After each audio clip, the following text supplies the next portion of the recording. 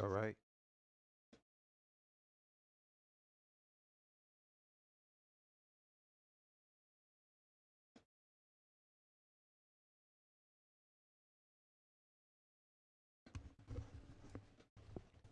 All right. That sounds good.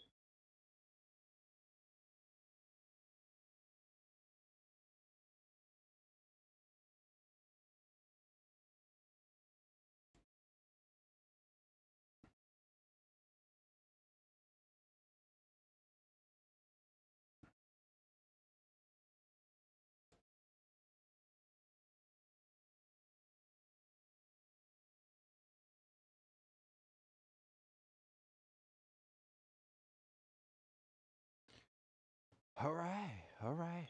Hey, hey, I'm back. It's been a while. I know. I know. I know. It's just work getting away and trying to enjoy this weather gets in the way too. And rightfully so because I kid you not. It's been I had a lot of things that I've been trying to actually just get off my chest and actually say it, but it just wouldn't come out right. It just felt like once I said it, it was just done. Just burdens off my shoulders, but it's just some stuff that you just can't ignore. And my whole situation is lately and dealing with a lot of stuff work related as usual. And a lot of people was like, you know what? Kareem, you gotta understand this. This what they tell me. Kareem, you gotta understand this. Just like people are who they are. I get it.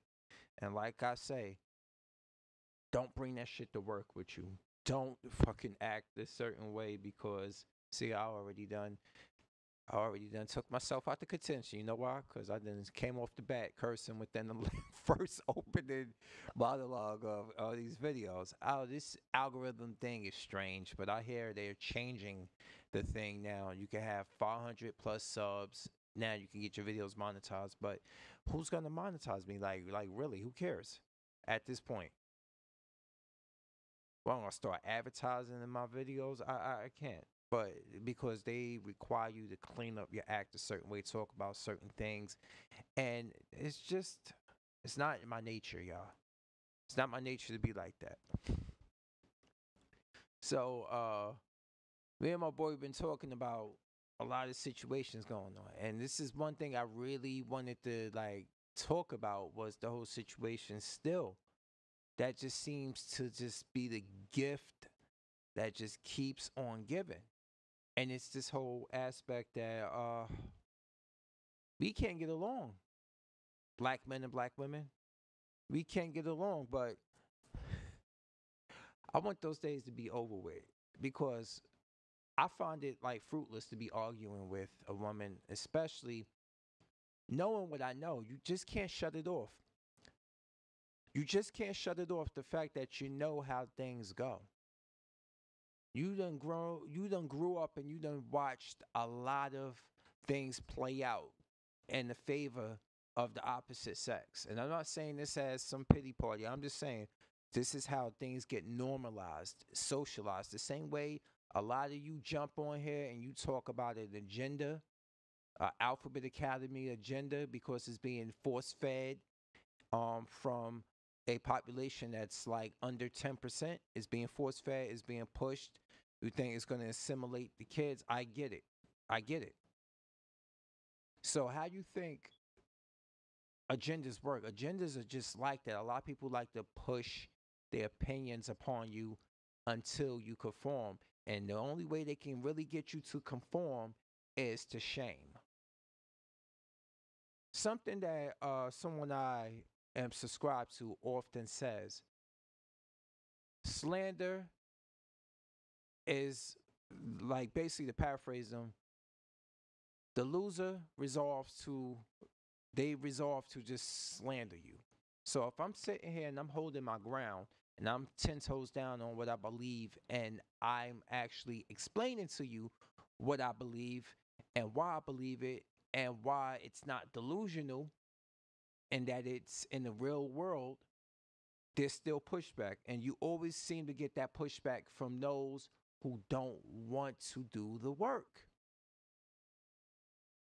And a lot of people could turn around and be like, yo, but you seem not to want to do the work. You don't want to do what it takes to be in the good graces of a woman. I'm like, I'm looking at the past effort I've actually put in to trying to be in the good graces. And guess what? They still came home from that date and got their back blown out by the man that they truly are sexually attractive to. Now, the thing is, a lot of the times this is the wrong type of man.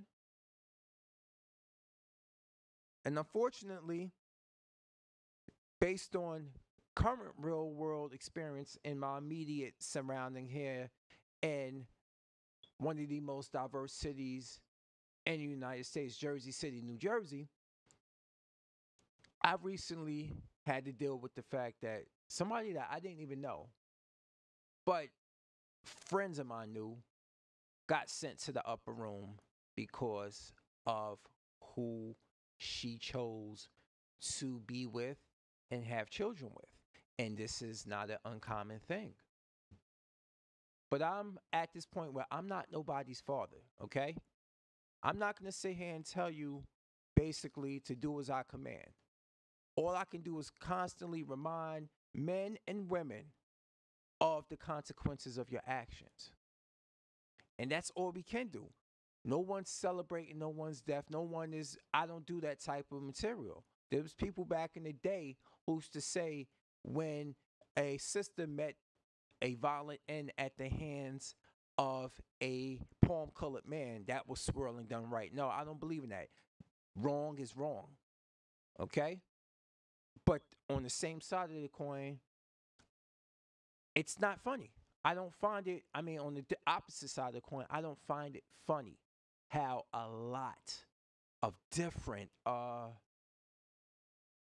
people like to just glorify this. This is not normalcy. It's bullshit.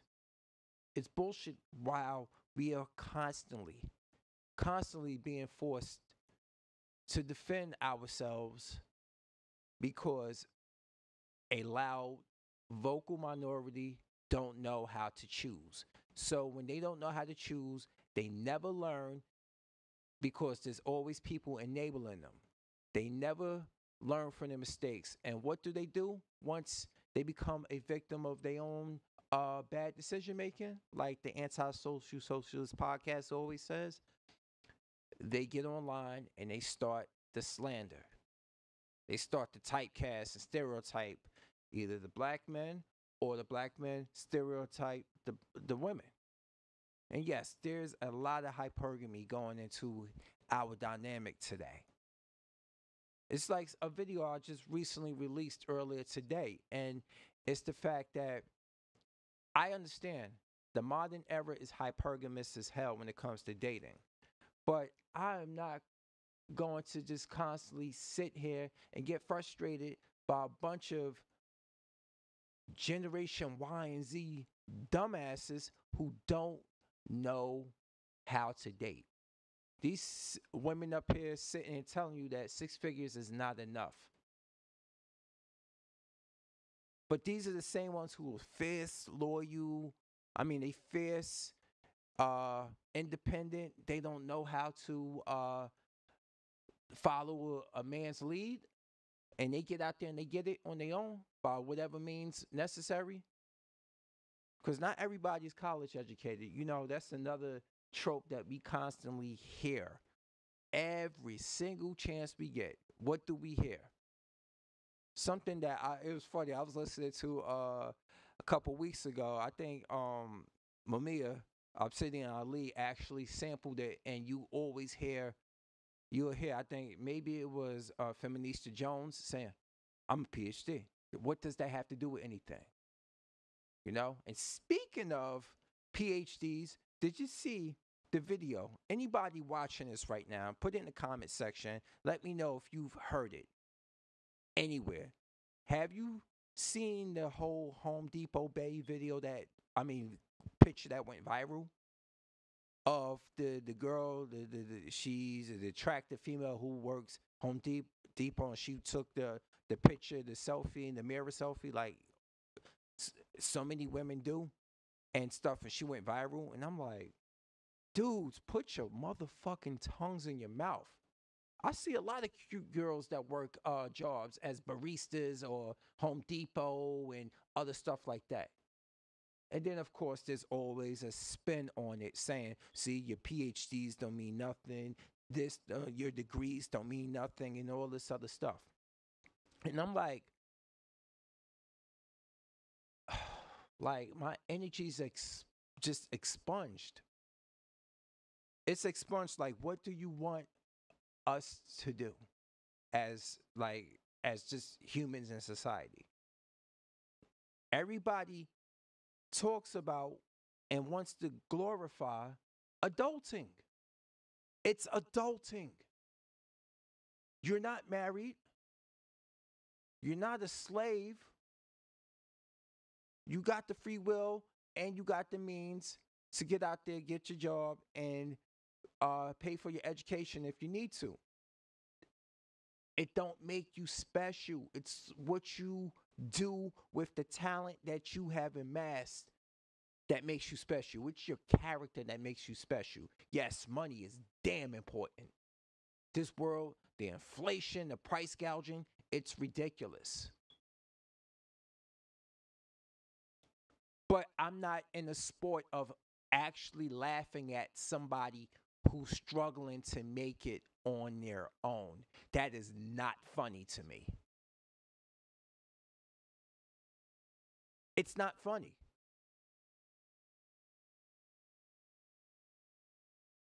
And I will put a stance down right now. I would rather handle my business and be where I am right now rather than struggle constantly to appease somebody who looks at your best efforts as if it's not enough. Just like I said in my video I released earlier today. If your best efforts isn't enough, why are you wasting your time? And that can be something that goes for women as well. Because a lot of you like dudes beating your asses. And I'm not saying all of you, I said a lot of you like dudes beating your asses. Be it physically or emotionally. That's not cute. You think after being called the N-word by some drunk white racist at my job while I scoop him up and put him in the ambulance, you think I want to come home and argue with my own woman? No, who wants to do that? And I'm tired of constantly reiterating that point. And then you had clowns like Ace Metaphor before saying, and he's kind of not like as he admitted to Isaac Hayes III that he never grew up with a male father figure in his life, so he was projecting all his anger on black men in general. With that out of his way, but I'm speaking of what he said in the past. Oh, it's fireworks. I'm sorry. I'm in the hood. Yes, fireworks. Anyway, I deal with this shit out here, and I deal with the aftermath of if it was actual gunfire out here. But like I was saying with Ace Metaphor,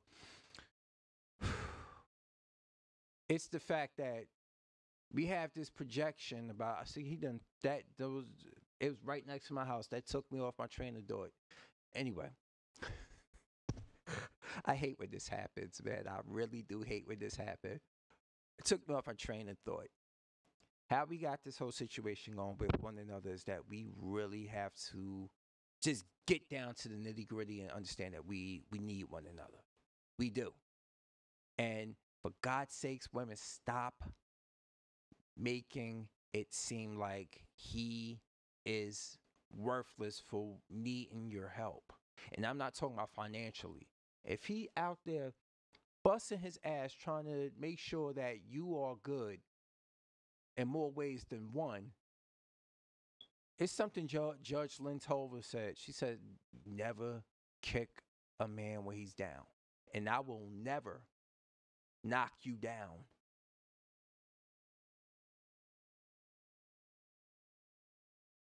I will never knock you down. I would rather get up and go. I'm just like, I can't be, and nobody should be around somebody who constantly berates them and just try to make them feel like they're lesser than. This whole world is messed up right now, especially in America. What is isn't, and what isn't is.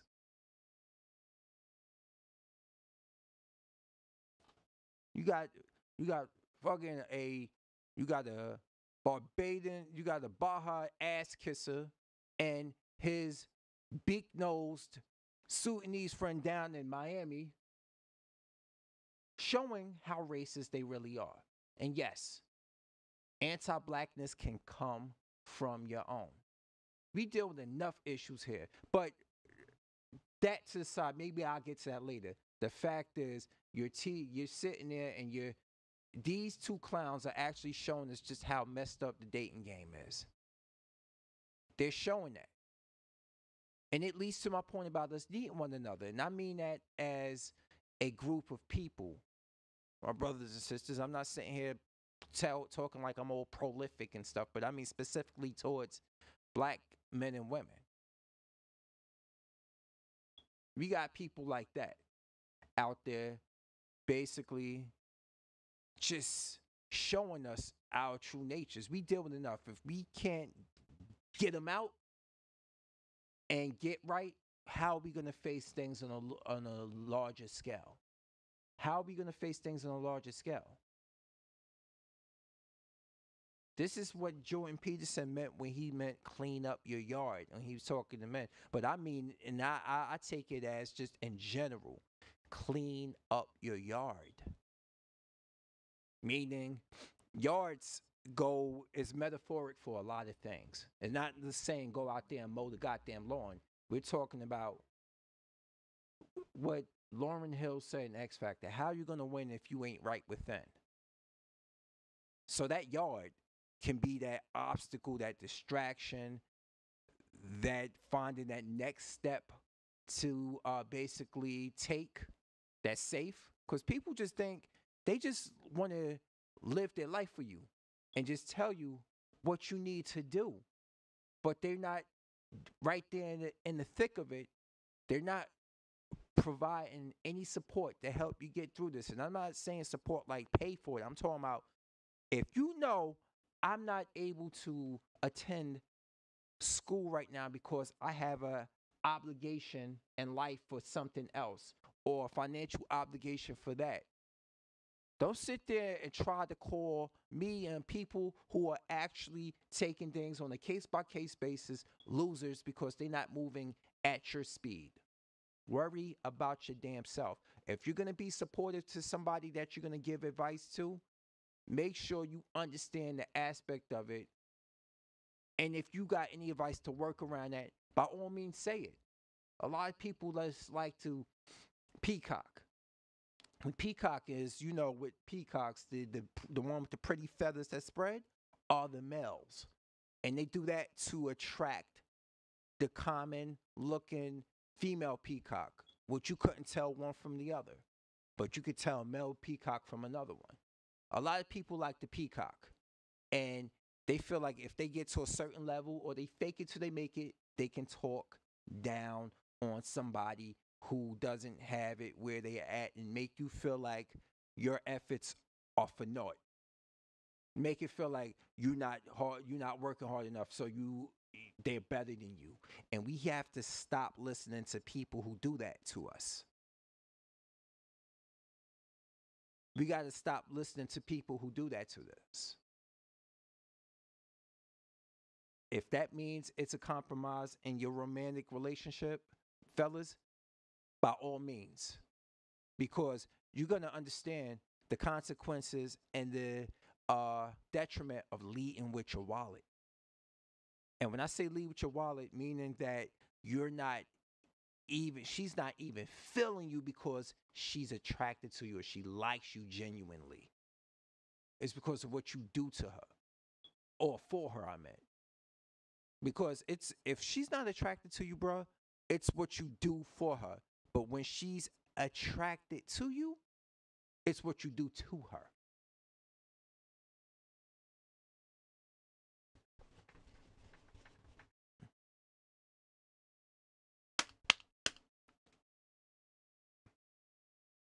Tell me I'm wrong, okay? And once again, this is not all. This is not all. Don't put words in my mouth, motherfuckers. This is not all. But you'd be surprised how I've been in situations where I've actually tried the online dating thing and you meet women and they do the thing that people should do on dating sites before they meet one another. And they FaceTime you or whatever. They handle it through your app and stuff like that. And something that I have to tell a lot of brothers to be forewarned of, to forewarn you. If she's not taking your number and trying to reach you and do a legit one, she's only doing it through the app, which is safe, which is fine, which is non-invasion for that, no private information. But if she's not making a effort to even try to get that and just trying to keep it strictly there, she's not into you. And I know it's a contradiction. It is a contradiction in a sense, but let me explain what happened. Recently, I had a conversation with somebody. It went well, went for almost an hour, having a good conversation. I'm sitting right here in this chair right here. Had the phone there, had a long conversation. She even got to see PD come up and jump on me because he saw me on the phone and stuff. And he heard a female's voice or another person's voice, so he thought I was actually here and stuff. Smiles and everything. Later on that day, oh, everything, I'm back, from meeting up with my friends. I just don't think we're a match. I'm like, okay. Thanks for the kind words and take care. That's just how I left it. That's just how I left it. And you have to be like that. You just got to be like, you know what? Stop fighting for somebody who's not feeling you.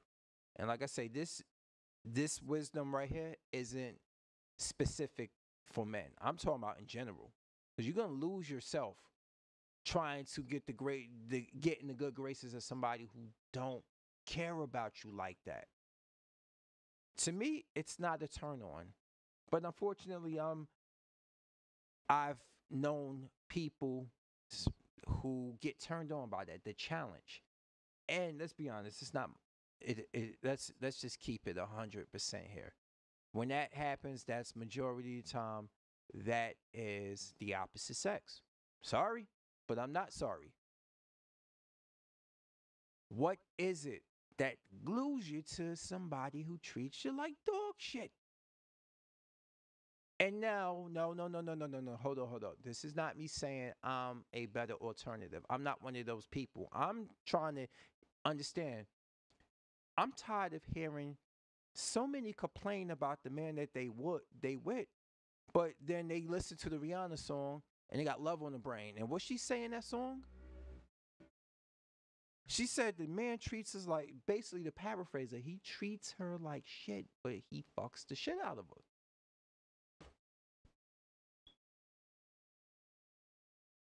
And a lot of your inability to pair bond with men who aren't pookies, you're missing out on people who actually could do the same for you. But what is it, a thug passion? I don't understand it. It's stupid. Someone, please tell me, because it's stupid. Like, I have no words. My words have failed me when it comes to that. But that's why people like stuff like this. This is why people like struggle love music. And who's the queen of that? Mary J. Blige, Keisha Cole. Hell, that song, like songs and them things, always talking about heartaches and stuff. They love things like that. You know, I'm surprised they actually liked LMA music because she was talking about tripping over somebody, like having feelings for them and stuff like that.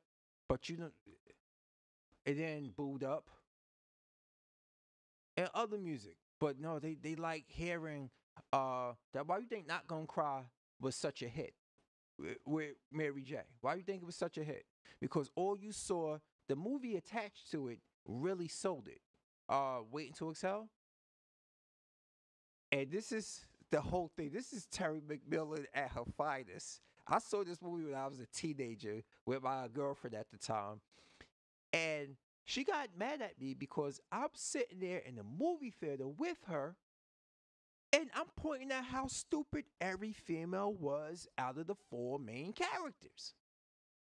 And this is me at 16, 17 years old, and I noticed this stuff. I kid you not.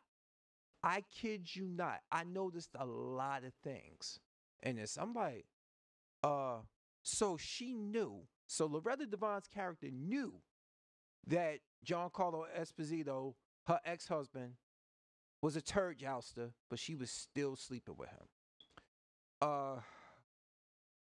Whitney Houston's character knew that Dennis Haysbert's character was married. And she was getting advice from her mother. And her mother was telling her that this dude was a good man. This dude would hit that and get on the phone and talk with his wife in front of her. I'm like, nigga. And then Layla Rashone's character, oh man. Even when she gave the educated lame who she wasn't sexually attracted to and couldn't lay the pipe right, even when she gave him a chance, he still ended up with a different woman because why? He probably knew how. He probably didn't feel it. He probably knew she was full of shit. This is me noticing those stuff. I haven't seen that movie since the 90s, bro. And I still remember how stupid it was. The only part I think I've visited again was the part where homeboy was like, you raggedy bitch. I think that's the only part. You know why I visited that part again? Because if you watch AEW wrestling, Stokely Hathaway, the black guy, the short black dude on there that plays the manager, he said that to Bryan Danielson, and I knew the reference right away. I would bust out laughing. And who's the other character? I mentioned, yeah, and then back to Angela Bassett's character, and her husband played by Michael Beach.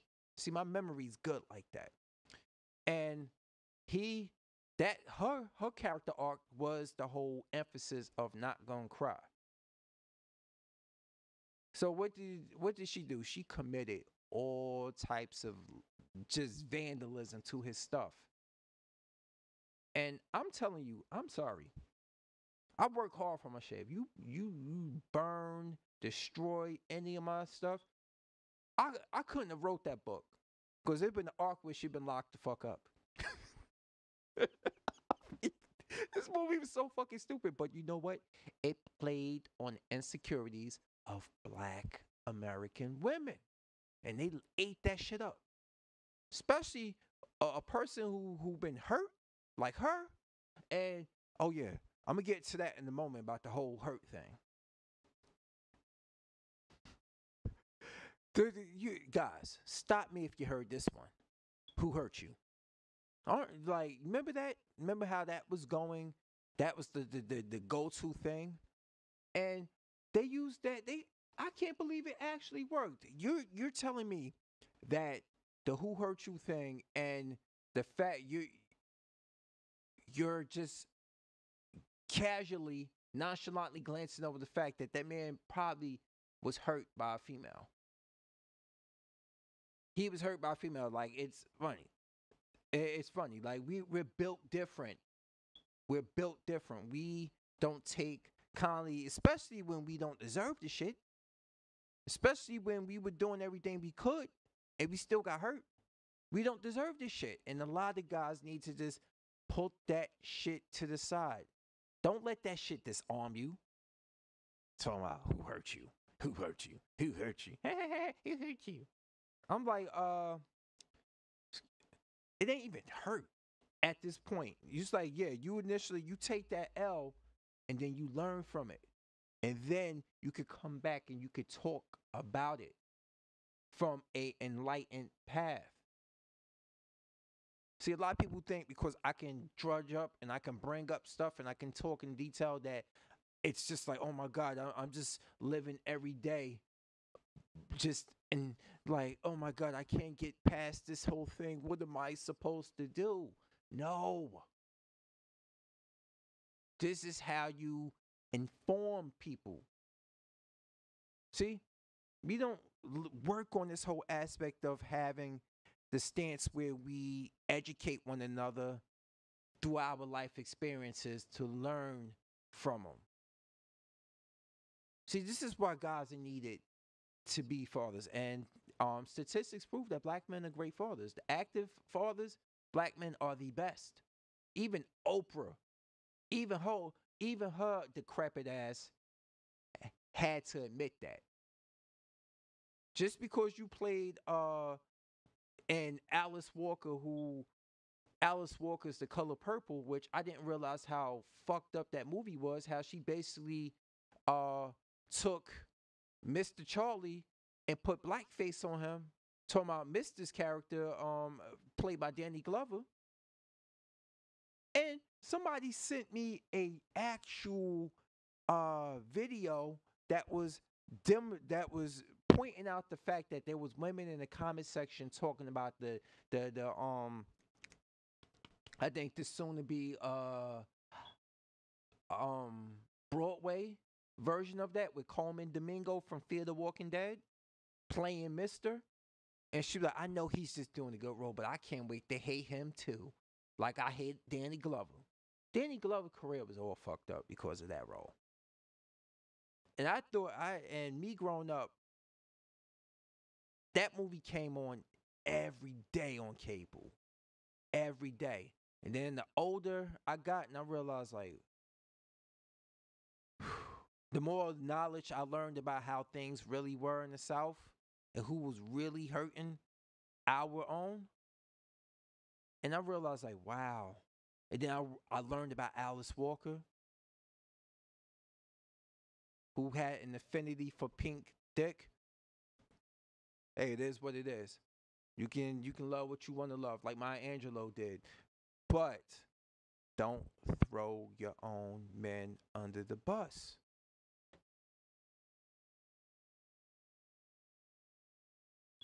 What's wrong with that? Don't throw us under the bus. You can date whoever you want to date. There was so much messed up things going on. It was a play a couple years ago that actually was about fetishized plantation sex.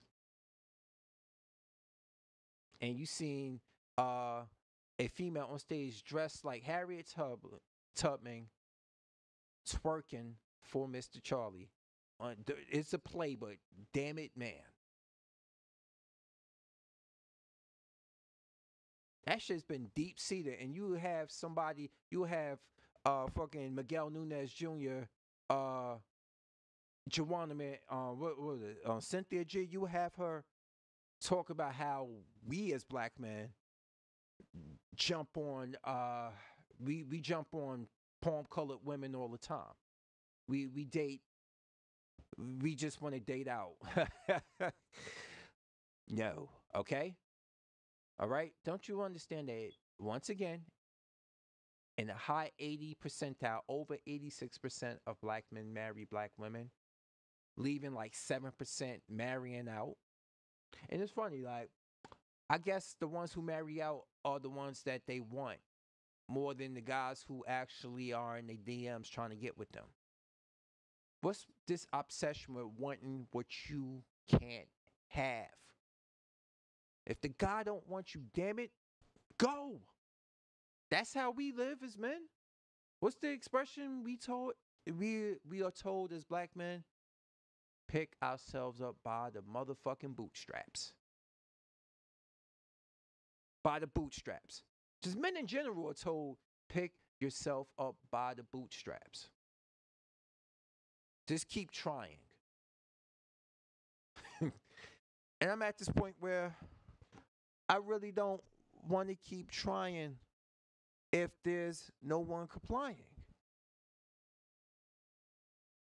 I really don't want to keep trying if there's no one complying. And that means basically not complete, do as I just fall all over me. I'm talking to you, give me the attention I want. But you got to give to get. Men and women got to give to get. And a lot of them don't understand that.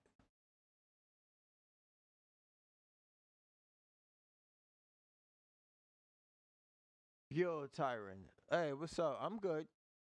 I'm doing good. I'm just doing this part. I haven't did a live stream in a while.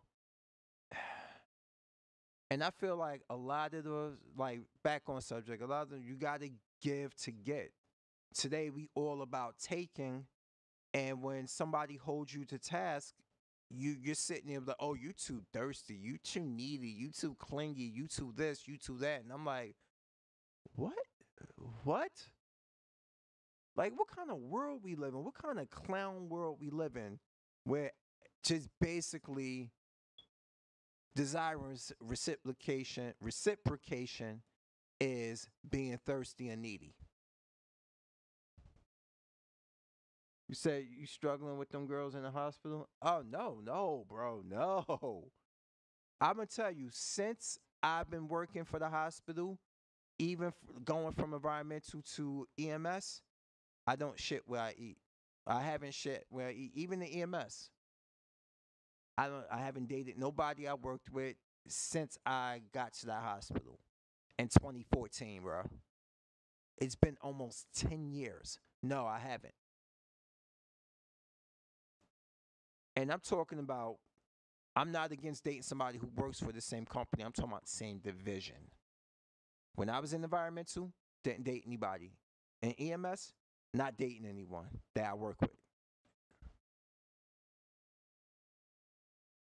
You said engage in conflicts? No, oh yeah, I could tell you. I've had one. I had one conflict there that could have potentially cost my job. We have one female who I will not name she has this thing where she accused men that she don't want to work with of violating her personal space. And it's to the fact that she could have cost me and a few other people their jobs because she just wants to get what she wants. And the thing is, they can't fire her for some reason. And I'm like, I understand that you can't fire her. That was basically the biggest complication I had of almost my decade working with them. Because that could have cost me my job. Right there. Other stuff, yeah, I got written up for. I mean, because maybe I was late, because even though I called in for it, maybe I forgot certain things. Something came up here in the house I live in, which is basically in the family. Oh, yeah, man, I avoid at all costs. But you're not going to walk all over me. See, a lot of people feel like when you're trying to avoid conflicts and not be around certain things, that you're a pushover. My thing is, I will stand my ground when I need to. And especially with the opposite sex, what really got me is that we had this whole thing trending. Remember the believe all women thing that was trending? I can't be a part of that shit. I really can't be a part of it because believe all women to get you hemmed up. And a lot of them like to weaponize they like to weaponize shit against you. And I'm at this point where I have to be very careful. And you know what was this whole bullshit about the whole situation? When I got pulled into the office, my tour chief asked me, so how was your shift working with so-and-so? I was like, oh, it went well. I had no problems. I was like, wow, what's going on? I already know I'm in the office for a reason. Oh, well, she said sometime on the last shift you worked together, that you violated her personal space. I'm like, what? Who? When? How? When did it happen? So I won't do it again. She's like, no, she didn't say specifically when. She just said it happened. She felt uncomfortable. And I'm like, back in my brain, I'm like, this is bullshit. I'm like, okay. She's like, so they be like, so if you see her and stuff, don't speak to her. Try to be outside, like not writing. They didn't. I didn't get written up. I didn't get written up. And then this bitch got the nerve to actually talk about it and joke about it to another black female that used to work there. And I'm saying to myself, this is some fuck shit right here. Of all the conflicts, see, this is why a lot of people don't fuck with other. It's hard to fuck with other black folks you work with. I mean, I don't fuck with a lot of people I work with, but it's really, really hard to fuck with black females who I work with. And I mean, not literally that. I'm talking about coexist with. It's really hard to coexist with a lot of them, especially in a division that's fraternized as much as EMS is. EMS is a fraternity where people just talk shit behind one another's back all the time. Sometimes I was guilty of it. But when I talk it, I'm like, you know what? I can't fucking work with this person. And I told this person that already. So if it gets back to him, if you want to bring it back to him, make sure they know it, that I'll make sure you knew that I already said it to him. Make sure you said you bring that to him. And that has neutralized a lot of stuff. That has neutralized a lot of shit talk and getting back to people from me because I'm like, yeah, I said it. Tell them I said it. I ain't got no problem because I said it to their face already.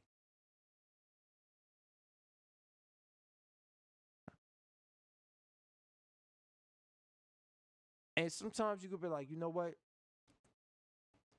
When you hear stuff from me, and I'm like, oh yeah, I worked with so and so, and it was a funny ass moment. Me and partner so and so had me dying and stuff. And when I'm talking about it, I tend to pull funny things and things that we work or certain stories or certain crazy situations, not crazy like death defying, but just just funny situations we've been in on a job when we get called to dispatch to a certain situation or a certain patient that we dealt with. And I was like, yeah, I did this with so and so with Sants, and I was with Sants, and me and this shit happened and stuff like that. So when this current partner I'm talking to starts to relay the information, they relay that I wasn't talking shit. I was talking about a certain story. But like I said, the people I do have a problem with, I had to confront already. I had to confront a couple of situations where people show up to do advanced level care and they have 1,000 yard stare on their face, feeling like they don't want to be here. This call is a waste of their time. It doesn't meet the criteria. And I'm like, look, it's your job. Better safe than sorry. I'm sorry if you have to generate a chart that you don't want to do paperwork for. But you rather me say, no, I don't need you guys. And then next thing you know, my patient succumbs to some ailment that I don't have a EKG monitor to determine. Some SVT that they going through right now, the cardiac issue.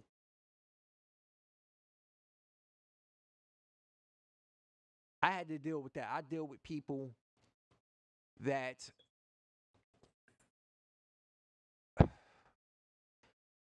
I had to deal with that bullshit. And it's more, I'm be honest with you, it's more stressful than it was when I was working environmental services. But do I want to go back to being working EVS and cleaning up a hospital? Hell no. I don't want to go back to that.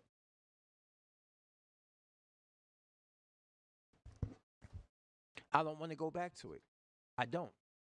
The thing is that despite the stress that I might receive at work, dealing with the caseloads, dealing with people expiring, despite your best efforts to save them, I would not trade that shit in to go back to where I was at. I like helping people who got real legit medical emergencies because there's some people out here who are regulars. I mean, unfortunately, I have to deal with the homeless out here who are they just on drugs, uh, psychologically disturbed. I had to deal with a lot of that, and it can get very testy, and your physical well-being can be compromised. And unfortunately, you can't scrap because they got this mindset, and I get it, that what makes you different from the people that you're trying to help if you getting down and dirty with them. You're here to help them medically, not insinuate more medical issues because of you being violent. But you have to defend yourself. You should be allowed to defend yourself, not abuse a person, but defend yourself from abuse. That's the one thing that I struggle with doing what I do. That I have to worry despite being assaulted. I have to worry about just how much force do I return, because if I overdo it, I might lose my job.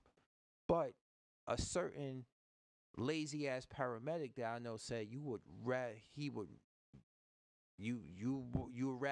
be able to walk away from your job being fired than being sent home in a body bag. So I have to say, I agree with that.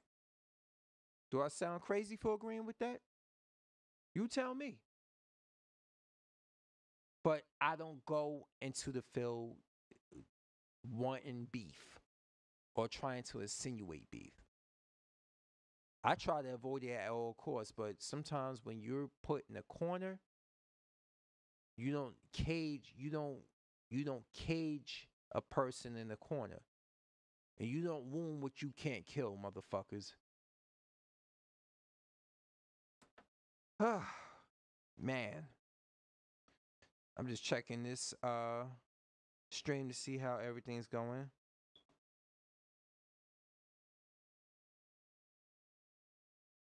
All right, let's see. I'm trying to see how it's going. Let me get to my homepage to see if it's still working there. Oh, yeah, it is still working. All right, good, good, good, good. It's working. Great. Just making sure that that's still working. All right, cool. So, you say you changed the name again, man? You changed the name again? Oh, man. Should have told me that a long time ago. But anyway, I'm not. You all right, man? I'm just making sure.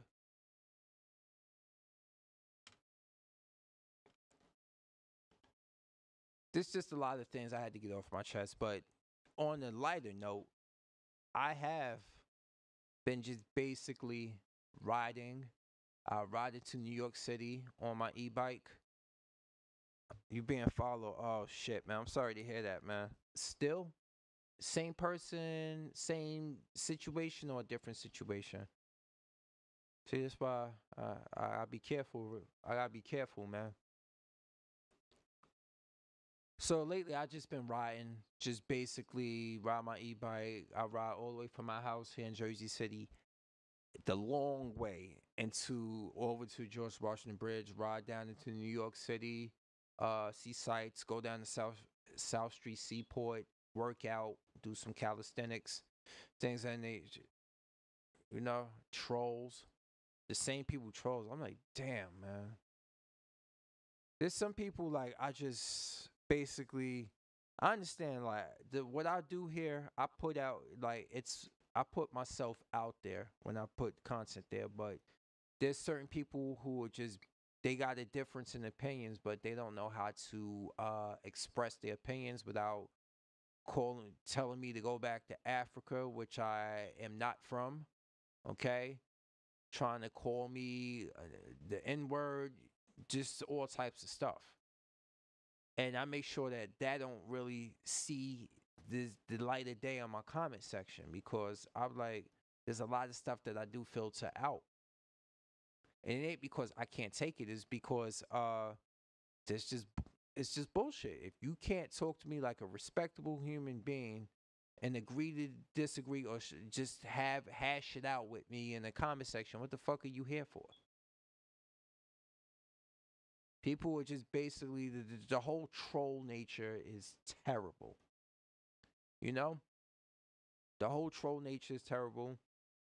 And this is what a lot of these anti SJW clowns do also. This is what a lot of these people, this whole anti woke, which is anti SJW, same shit. This is what they do. They play, and then they do excessive shit when it comes to sensationalizing, to trolling, to attacking, to verbally attacking. They do shit like this all the time. And then guess what? When you return fire, who's the victim? Who's the victim when you return? When you return fire on them, verbally, that is, when you return that, oh, this person seems to be hurt. I don't understand. I just expressed my opinion. Let's go back. And then I'm saying to you, like, you expressed your opinion. Let's roll a beautiful bean footage. Oh, this whole thing is garbage. This person is terrible. They just here because of the color of their skin and blah, blah, blah, and stuff. And it's just a diversity hire. I'm like, motherfucker, you don't know me from a can of paint. You don't know how I got this job. You don't know how that actress got this job. You attacking a person because you don't have the balls, let alone you are showing your true colors. You don't have the balls to attack the fact that the reason this person, this actress, this person of color, or this black person here was hired was because the studio made the executive decision to cast, and they had to cast this person. Not me, not my people. I didn't make that decision. I mean, look at the whole situation right now. I'm glad that you brought this up. Do you know who Tino Chuert is? Tino Chuert is the actor who plays Namor in Wakanda Forever. Now, you know he just recently got accused of sexual assault after spending years speaking out against the media in Mexico. He's been speaking out a lot about the fact that he gets so much flack for being of and proud of his indigenous background. Meaning that Tinoch is not mestizo. He is indigenous, skin is brown. And I'm not surprised, because look what happened with look what's happening. They don't really, like, the Oaxacan people have been around for 500 plus years. And they're pretty much hidden away, or they pretty much disrespected because of the color of their skin. They are. So now they finally found somebody, some Muppet, they found somebody to accuse him of something to make him look bad. After they got on camera, I forgot which network down there in Mexico, I forgot which one got on there and expressed how disappointed they was because of his skin tone. And let me see. Let's go to let me see if I can find it. Was it here? One of these again. Let me find it. Right here. I'm gonna go here and let's see if I can bring up something here. I'm trying to bring up something right now. Give me one moment. Matter of fact, I know what to do. You're gonna go here to this one. All right, so let's go to interact. Let's go. Yeah, I'm gonna do more of that.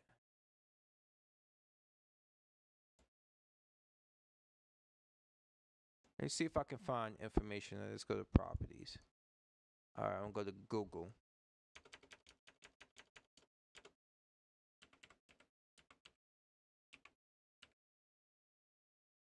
Oh, typed in the wrong thing.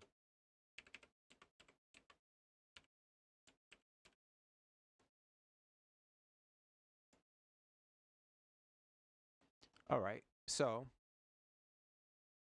let's go to interact.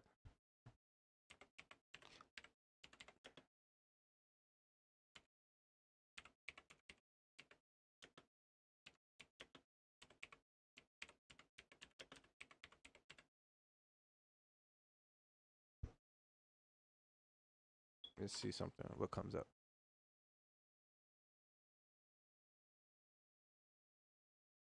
See, this has been going on for a minute. I just accept.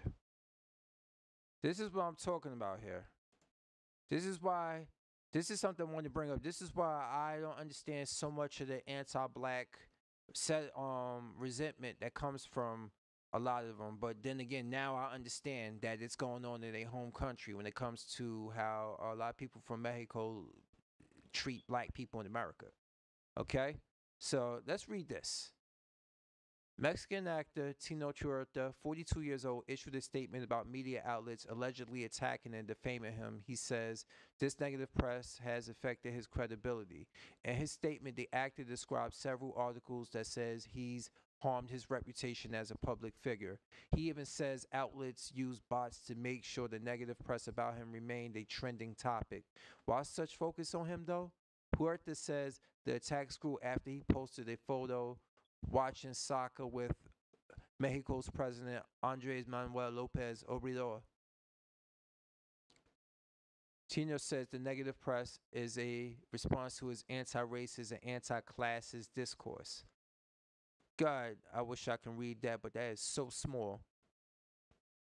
But this is a letter talking about it. And you can find it here on his if you go to his profile on Instagram, you can read the rest of that. But as you can read in Huerta's lengthy statement, the actor believes that the defamatory and aggressive press got much worse after posting a video with the president back last year in November. During the World Cup, the two watched Mexico versus Argentina game together. At the time, he was doing Narcos, which is where I first saw him at. The actor wrote about the meetup on Twitter, explaining this afternoon I met with the president. This is his initials. We watched soccer and talked about the importance of culture, supporting it, and about anti-racism. He said he hoped all authorities would join the fight and that transcends political parties, colors, and presidential terms. Afterward, Huerta posted a photo of the two sitting on the couch watching the game. And I don't speak or understand that, but you get what I'm saying.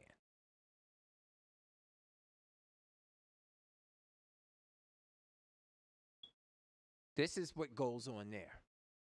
And I swear the colonizer mentality still affects not just only Mexico, it affects a lot of different countries down here. I remember me opening up this live stream talking about the fact that we got people like Fluke and Freud, aka Fresh and Fit. We got one from Barbados, and one from Sudan, and they are anti-black. Don't let their looks fool you. Myron is Arab, okay? Amra Fadul, okay? That's his name. And then we got Fresh, he only go after white women, and even though he's the biggest cuck out there. And they have used this against him. They even doxed his kids, his two daughters. They put his information on the internet. See? Just what I was about to read. See? Now the actor says that photo and his clear and firm anti-racist, anti-classist discourse is exactly what set off the media alarms to go against him. He says these groups got involved in his career, privacy, and family, even exposed information about his daughters. Yes, they doxed his kids. They doxed his kids. And this whole point is because, not because I feel bad for him, is the fact that black people understand how the home country is and understand why the beefs go on in the jails in California and all this. You see, the docs and humiliate, this is what they do. This is what they do, man. Absolute, this is what they do. They play dirty like this. This is sad, man. His two daughters, what did they have to do with this? And you know, a lot of this started because they wanted someone probably who looked like Saul Canelo Alvarez to play Submariner and the represent their country on a big Marvel blockbuster rather than somebody who looks like him. That colonizing shit then affected so many people, so much ass kissing, so much self-hate. It's ridiculous. And then you got people in DR like Amara La Negra. The woman is darker than I am. And all she was taught to do is kiss pale ass. She said that she even admitted on the Breakfast Club so many years ago that there was women in her family talking about, you know, you should date white or white passing men to better the race. I'm like, you're not a race. You're a nationality. Okay? Like are you serious? And then there's paintings, I forgot what country it was down there in South America. There's paintings of a them worshiping lighter skinned children. There's a lot of that stuff, and I'm like, it goes on here in Black America. Yeah, you gotta be careful though. Like,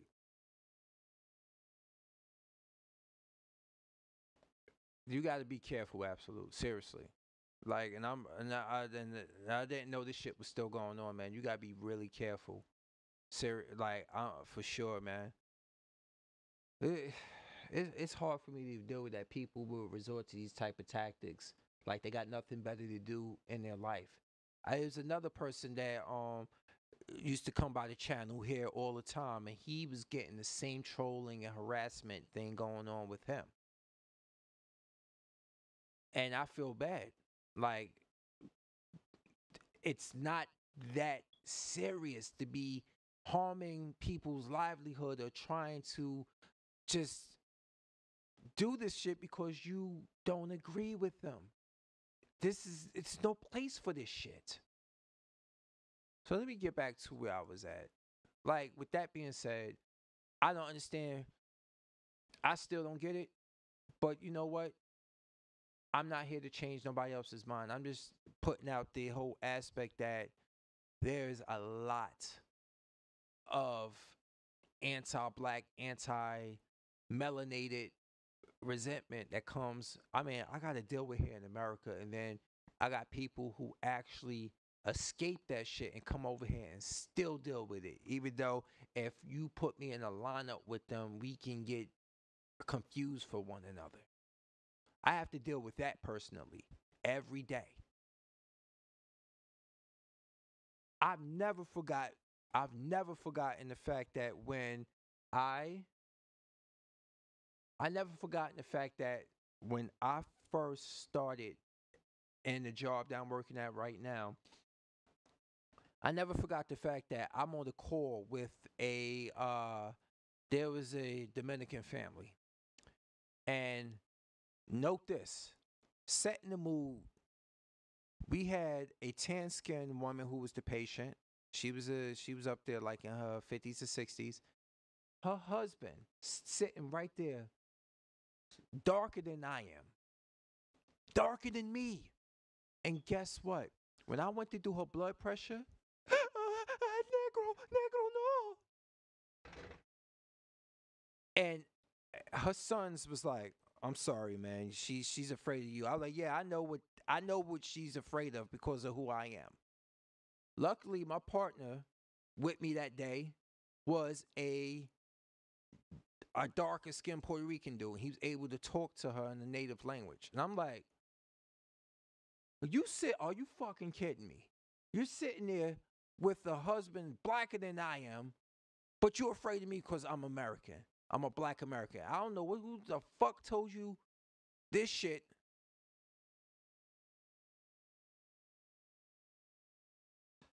I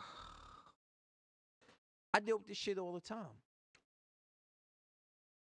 And people are like, well, suck it up. This is what a lot of white folks want us to deal with. Oh, it's only mine. You're just exaggerating this shit. Oh, so and so, you're playing victim. This is what a lot of tethered black folks and a lot of white people tell me. I'm playing victim. We're not playing victim. This shit is real. If we were playing victim, why won't you trade? Well, you wouldn't trade your skin color with me for a day, let alone an hour. So shut the fuck up. If it was so sweet for me, and all of this was in my brain, you wouldn't have no problem trading places with me. Not that I want to trade places with you. I'm talking about theoretically. If shit was as sweet as you're saying it is for me, and I'm just making this shit up because I want to be oppressed, which I don't. Come on down here. Come into my world. Yes, exactly. That's the gaslighting. That's exactly what goes on. Come on down here. Cause I damn sure don't want to go where you at, constantly being watched. Had to deal with Karens. And yes, the Karen thing is real still. I had a right wing Karen who was upset at me because I thought a lot of her Trump nut sucking and shit was ridiculous. I don't like Donald Trump. That don't mean that I'm a liberal. I'm not. I'm neither one of them. I just don't fucking like him. But you talking about he's the greatest ever, and I'm saying like what? Like I'm like, you gotta understand, bitch. He did nothing for my people. The Republicans or Democrats do nothing for my people.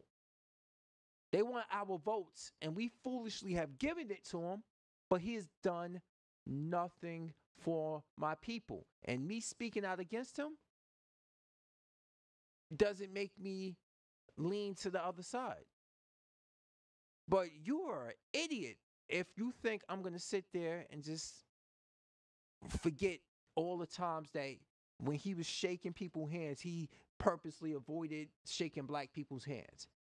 And that was him playing a bunch of these poor ass white folks for fools. He was playing on the fact that's his calling card to you. Why you think he said and how he do his hand, and that I'm not even saying that's some made up gesture that a lot of people think it means. I'm just saying this is how he does his hands. But he was doing that, and he said, what did he tell those people? To stand down? He knew just who he was talking to. He was using code speak for years. And then he said there's some fine people, and it was after the Charlottesville shit where that white woman was mowed down by a fucking white supremacist. He was telling us there was some fine people on both sides of the gate. So you're just basically just telling everybody that they just happen to be staunch racists, but they're fine folk. They just misunderstood. You don't know otherwise. You it's just misunderstanding. No.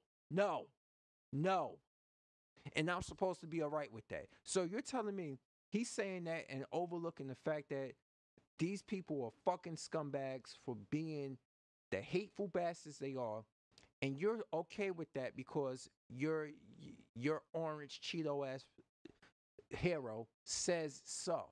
This is why I got on her, and she tried to call me woke. And you know the whole situation.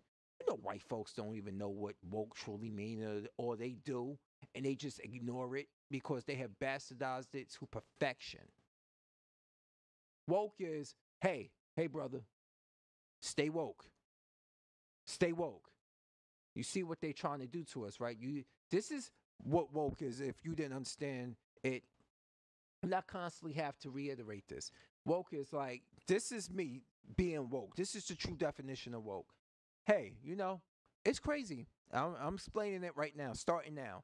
It's crazy that I go to the North District, the East District, and the West District of Jersey City, and the parks stay clean. But you see down they don't care.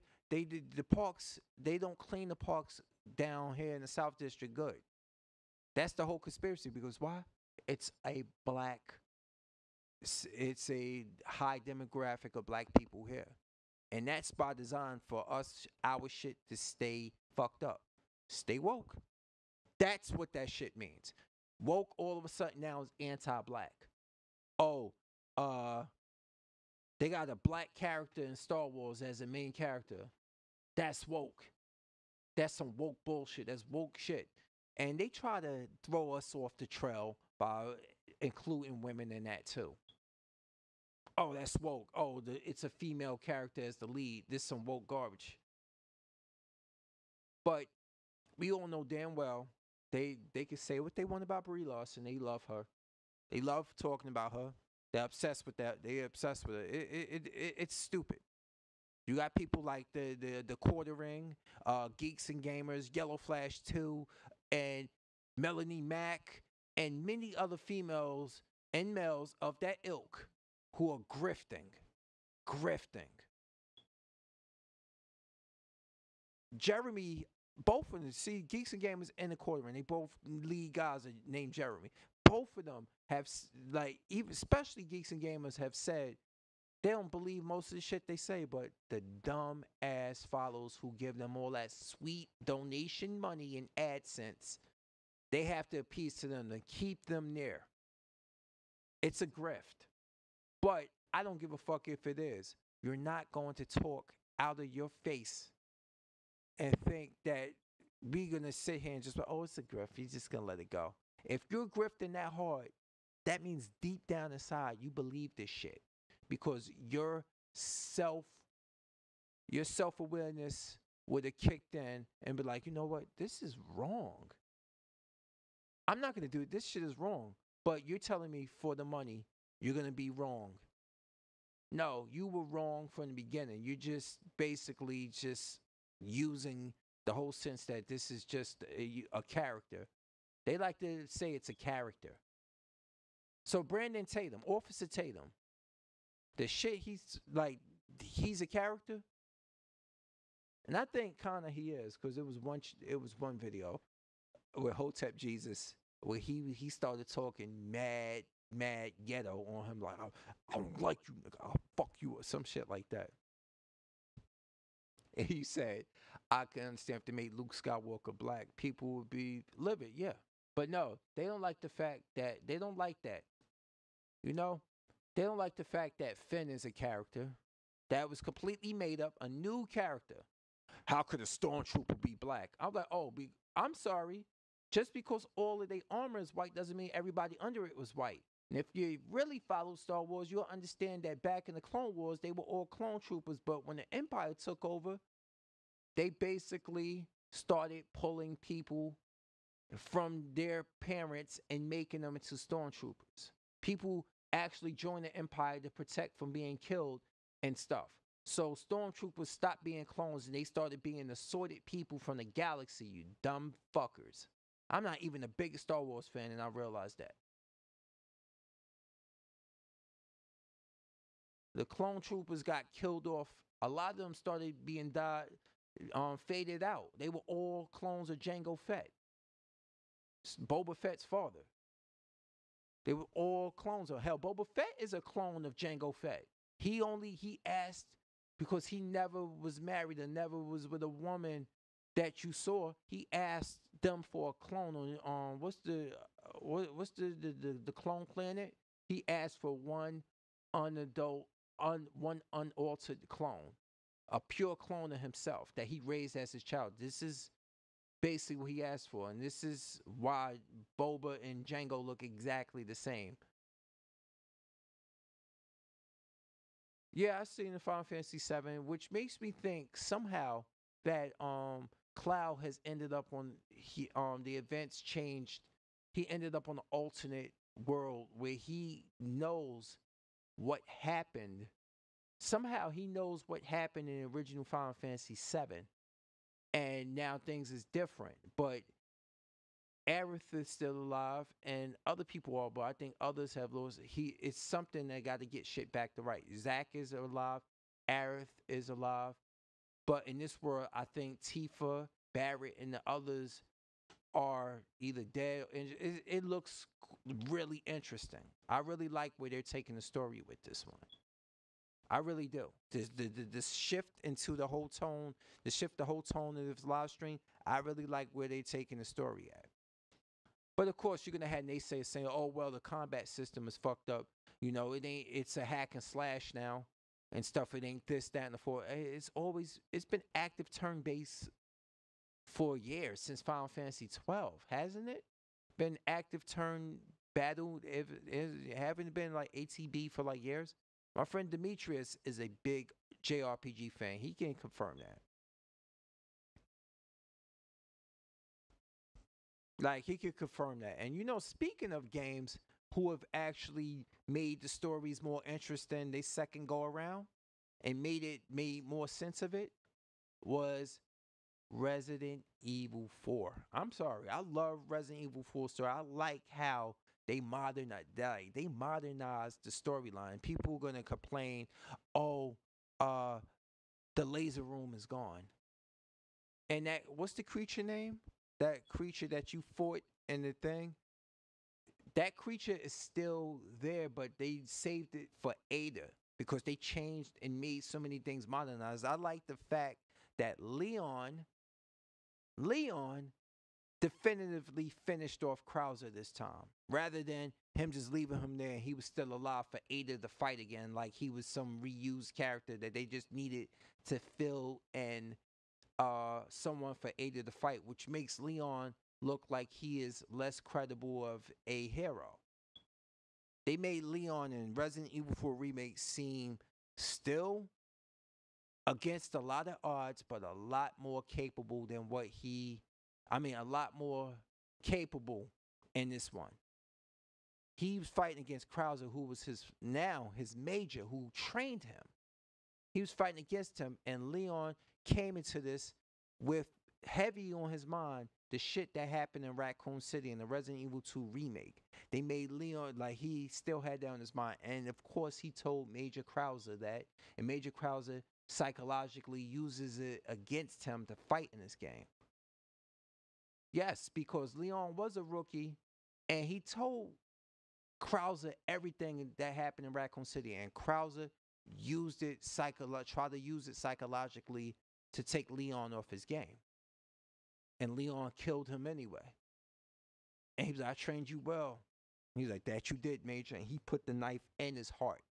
He left no option. If the Krauser pops up in separate ways DLC, I would be fucking upset at this point. I think because they put a button on it that Leon definitively killed Krauser this time in the Resident Evil 4 remake, rather than just left him there and he came back to life and he didn't make sure he was finished.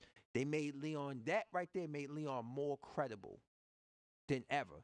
And the fact that they expanded Luis Serra's life to give Leon another reason to go up against Krauser more determined than ever. He was like, he took out somebody that Leon was bonding with. And Leon, heavily on his mind, want to save people. Yes, him and Claire Claire and Sherry got out of Raccoon City, but Claire took care of herself. in that game. In the RE2 remake, Claire took care of herself. Leon took care of himself, basically. But he lost Marvin. He lost that police officer, what's his name, that got torn in half at the beginning. He'd have watched a lot of fellow police officers die and become zombies. That shit weighs heavy on him. And he told Krauser all of that. A lot of people don't understand how much the story in RE4 remake makes more sense than ever now. Rather than Leon come 6 years later with this sudden cold, icy cold demeanor with the one-liners and the zingers, which RE4 original was a great game, don't get me wrong. But the story, they made so much more the story in this game. And I appreciate that shit. And I think that monster that you didn't see in the campaign, Leon's campaign, I think that monster is gonna show up. They showed you that the monster is still there, but you don't get to go into that area where he's at. I think that's gonna be saved for the reworked separate ways with Ada, which they name dropped it itself. They did the Inception thing, like hot tub time machine. They be like, yeah, we just got back here in the hot tub time machine. Remember, he said it. Leon said that at the end when Ada got in the helicopter. I guess this way we go our separate ways. That right there said it right there. We all know what's coming. So I think that monster's going to be in that part, which she faces. The U3. Yes, U3. Exactly. The U3 is going to be now, it's going to be an Ada. A lot of people, not just me, have called that fact that they feel that the U3 is going to be Ada's problem in this go around rather than Leon. Leon dealt with like a lot more than he dealt with in the original RE4. So you gotta give Ada something to do. You gotta give Ada something. And I even like the fact that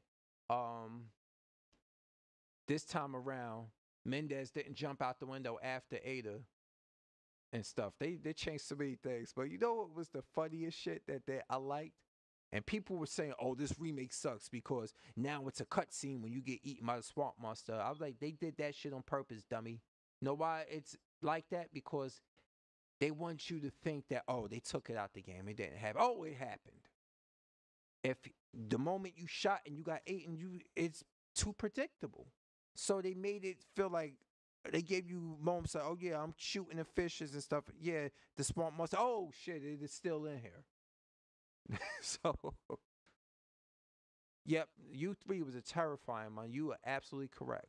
And come on now, they know damn well the only reason the laser room was in RE4 was because they wanted to bring some of the Mila Jovovich fucking movies into that game. That laser room had no place in it. And a giant fucking walking statue of what's his name? What's the guy name? In the castle that you fight, what's the little dude? The little imp that you fight? I can't believe his name is right on the tip of my tongue. Salazar, Ramon Salazar. I can't believe that.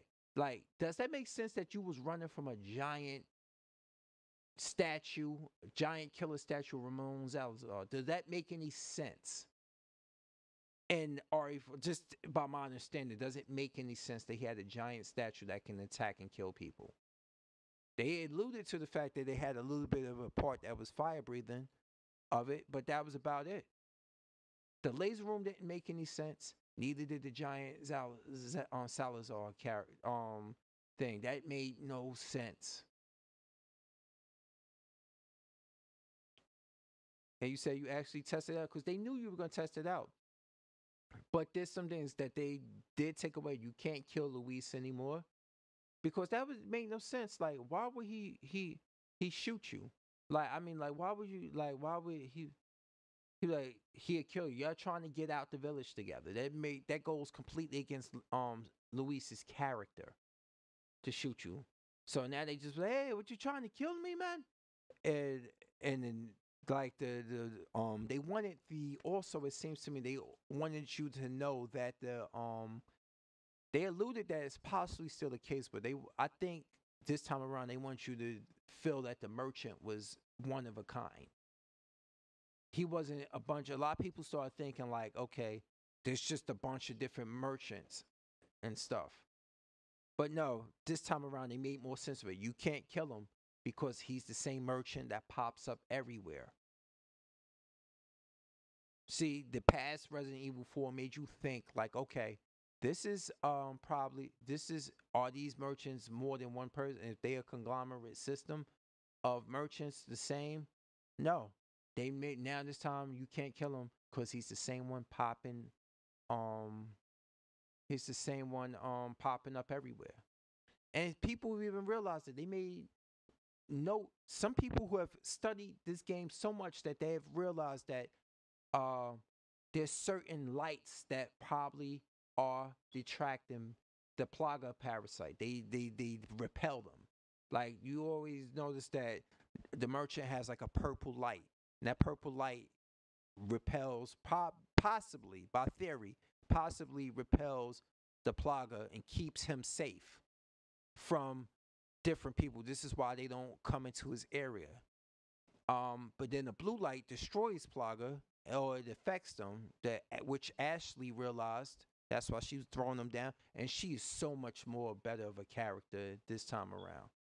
So much. From Ella Freya's look to the actress who does her voice and motion capture. So much better. And I wonder the identity of who became U3. They're gonna probably, in separate ways, they're gonna probably do notes that Ada finds that shows you who that person once was. Like we know so much more about Torres Mendez now. We know so much more about Luis Serra Navarro. We know so much more about the person who became what's the other monster that the other one that was that Leon fought and you had to hit him with the gas. You had to hit him with the nitric oxide. What's his name? I forgot his name. I'm sorry, but anyway, you know his whole history of becoming such. So I think this time around they're gonna do some explaining that, and there's gonna be notes that she find out about it, just like the same way Leon found out about the regenerators.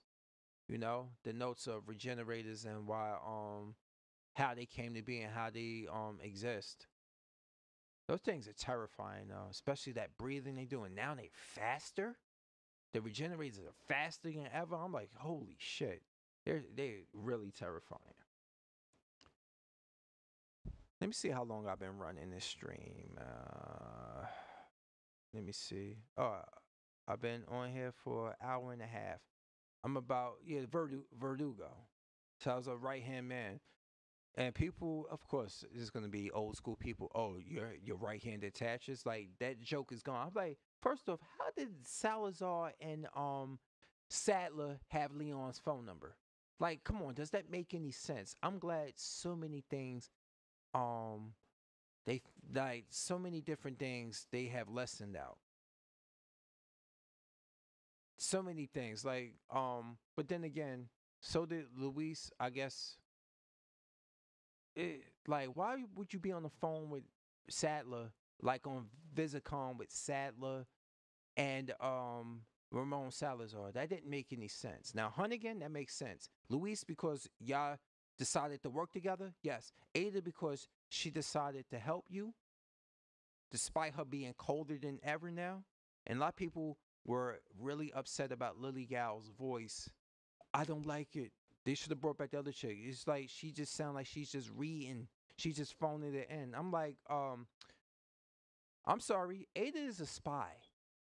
Ada's a spy. She has a cold, detached voice because she's trained to not have feelings. Now that she's no longer pretending to be a federal agent and that she was playing vulnerable to manipulate Leon to get the virus for her in the Resident Evil 2 remake, now that she don't have to do that anymore, guess what? She's gonna let you hear her cold, detached voice. And that's just what she did. That's why I have no problem with Lily Gal's performance as Ada.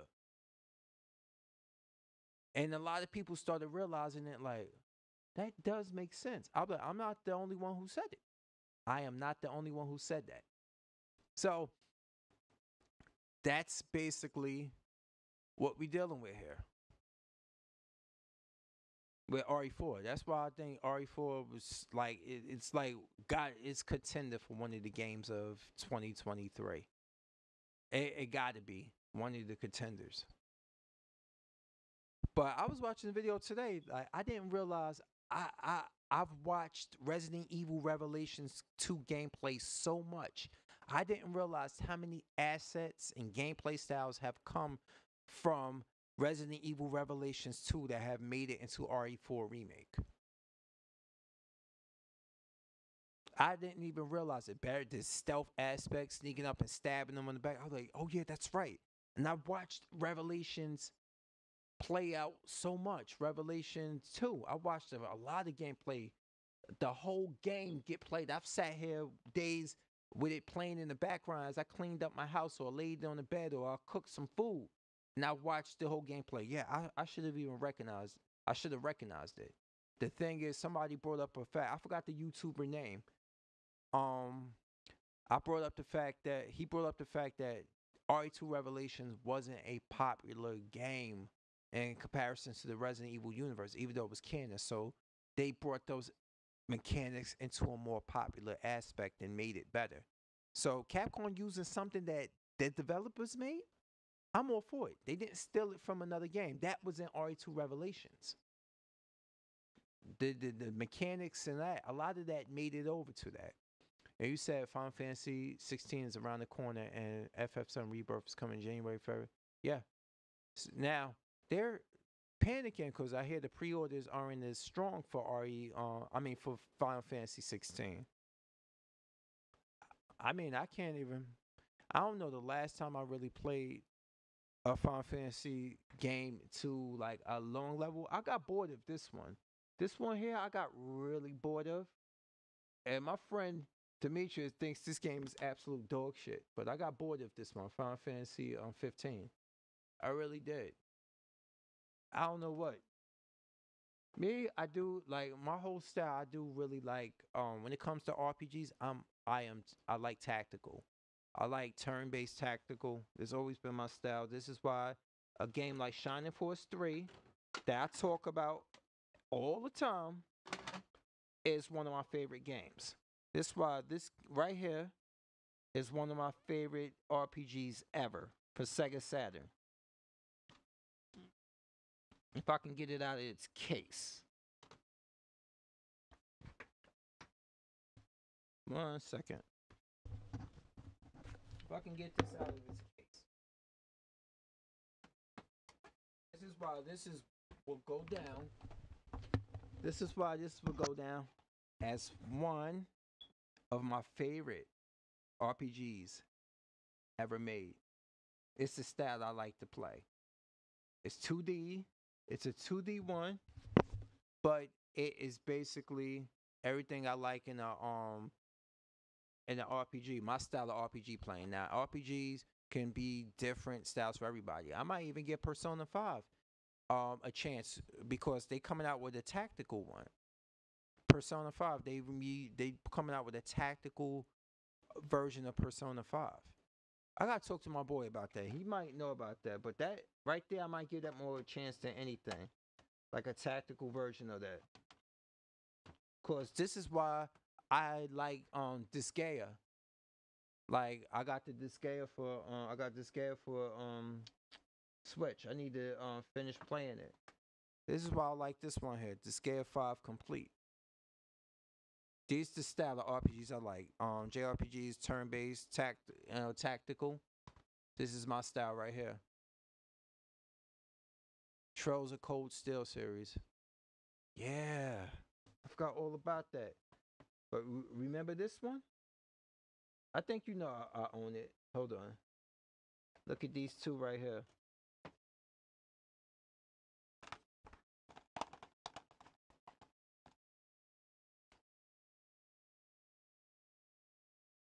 Look at these two.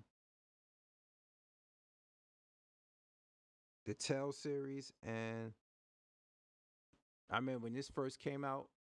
On Dreamcast, and because Dreamcast went under, they do a smart move moving it here. Moving it to GameCube. Yo, you gotta own them. Yeah, I got a couple of things, man. See, I like stuff like this. You know, I was looking at uh, a post on Facebook. This female told me that she did, I forgot what she deals with, but she was saying a lot of men unfortunately were told by their wives or their girlfriends or fiancés that they had to get this shit up because that's not what a man should be doing. Hey, are you fucking kidding me? So you want me to go to the titty bar, right? What you want me to do? Let a man have his shit. You want to collect pocketbooks and a bunch of shoes and clothes um and summer dresses that your ass can't fit in no more. You want to collect all that shit? Let me collect this. Let me collect the a Lightning collection, a G.I. Joe Classified, a He-Man, a fucking Transformers thing. Let me be. It's harmless. It's like the wrestler Ethan Page said. His wife let him do it. She's like, it's harmless. Ever heard of Thousand Arms? I believe I had. Oh yeah, and right here, the PlayStation also. So I mean, remember, I think I showed you these before. But yeah,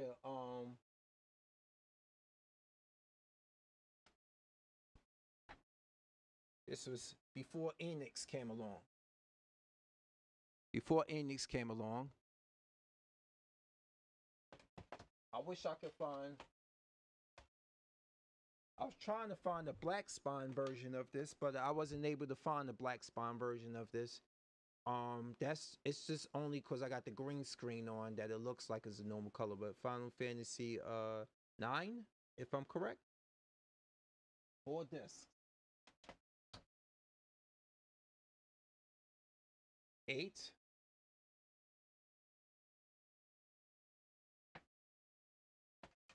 in good condition too. 7 OG. And remember, I have a PlayStation 3, so all of these are all still playable because I don't have a PlayStation 1 or 2 anymore, but I got a PlayStation 3, the original OG that plays backwards compatible games. And if any game needed a remake or a polished version again that was more traditional, it would be this one. Metal Gear Solid, which is also a greatest hit version because as you can see, got the green screen on. But this one here is another rarity. I remember I got this and then I foolishly let it go, but then I got it back by eBay and I got it for a good price, very good condition.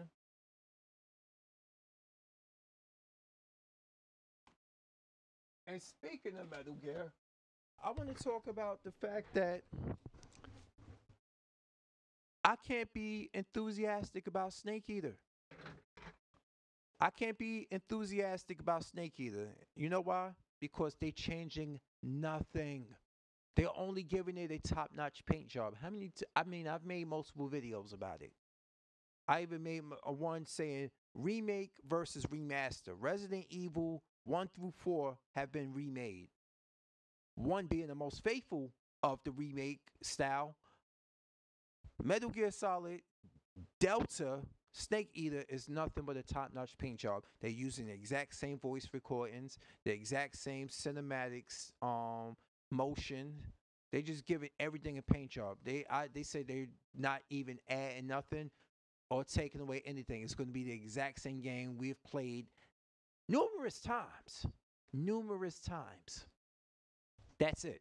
It's going to be that. But, it's going to look good for PlayStation 5 and Xbox Series X. And I'm like, but is it a different game? No, it's not. They're not even rehiring them, absolute. They just using the same recordings as the game sits there because even though it's a Kojima production, all of its archive, all this technology, the whole thing is on a hard drive all together on this server. It's all on a server, and they can sit there and they can pull everything out and just dust it off and redo it like it was an old painting. They could just basically, it's like they can remaster like music. Like I could pull out, like case in point, Brian May from Queen can pull out the original recording of Bohemian Rhapsody and polish it up and play it for you and break down all the samples of it and stuff and fix a lot of stuff because he's done it on YouTube video. To this day, he got the master recording and he can pull it. That's all they doing with Snake Eaters. They taking a master recording and modernizing the look of it while and cleaning up the audio and making it sound a lot more clearer. They just doing what they do through music, remastering it and making it sound a lot more it hits better in modern headphones. That's basically what they're doing. It just looks better. I mean, I don't know if they might want to do that one again because a lot of people didn't take kindly to Twin Snakes. You know why? Because they were like, oh, the action, the cut scenes are ridiculously over the top. I was like, here's something that people need to understand about about Twin Snakes, the remake to the first Metal Gear Solid that was on GameCube. You gotta understand this about Twin Snakes. The reason it was so different was because Hideo Kojima said it should not be his game over again. It shouldn't be the exact copy of this game. This is why he's definitely not working on Delta Snake Eater. He was like, it's not, even if he blessing or not, it's nothing he could do. They own Metal Gear franchise. That's the problem. Because remember, he wasn't independent at the time. They own that franchise. This is why Bungie couldn't take Halo with them because they developed that under Microsoft's umbrella. So they had to leave without it. This is why Shinji Mikami couldn't take Resident Evil with him anywhere because it's now owned by Capcom. So, yes, Metal Gear Solid fans, Twin Snakes came out the way it was. I don't think it's that terrible of a game. I think it's actually pretty good. But because people hate it, now they just make everybody else hate it. This is how the internet works. But he told them to make it their own. Make it crazy. Go nuts with it. This is my template. Do not make a clone of my game verbatim. And they followed his advice. They even brought, a lot of the actors came back and re-recorded their vocals for it.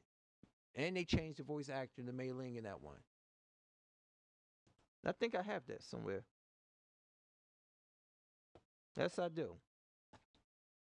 Here it is. They were like, it was too ridiculously over the top with the action and all that stuff. And I'm like, so? I really don't care. It's a remake. It's a remake that follows basically it's a story-wise, it's a faithful remake. But it does just enough new stuff to make it worth play. To make it worth playing. You know? This is not just a paint job. They say sometimes, a lot of people, I see one valid complaint. It gave you mechanics, Metal Gear Solid 2 mechanics from Sons of Liberty. They put it in this game and they made Metal Gear Solid Twin Snakes a much easier game. I can understand that. Yeah, so that means everybody's voicing the original because they're using the same archived voice recordings and they just dusting them off and they just making them sound more crisp and more they just basically dusting it off and giving it a top-notch paint job. You know, like that's all they doing. There's nothing new being recorded. The only thing that's being done new is the look of the game. And I'm saying to myself, is that enough? they had to slow down the frame rate. Metal Gear Solid Snake Eater to to be on the PlayStation to make it on and stay on a PlayStation 3 because of the jungle background, this game had to be dropped down to 30 frames per second. Unlike Sons of Liberty, which was 60 frames per second. They had to drop it down because of the background. It was just so much lush jungle detail and all this other stuff. They had to drop down the frame rate on that one. So now they're gonna more than likely give you a 60 frames per second Snake Eater. And my thing is, I want Big Boss or Naked Snake to move like he moves in this game right here. Because people could say what they want about the storyline, but you cannot deny that this is one of the best playing, the best playing Metal Gear Solid game. Meaning, like, the gameplay mechanics are so fire in this game compared to any past Metal Gear games. The mechanics. You can say what you want about the story, because I still know it, and we know it, that the game is fucking incomplete. But the gameplay mechanics are the best.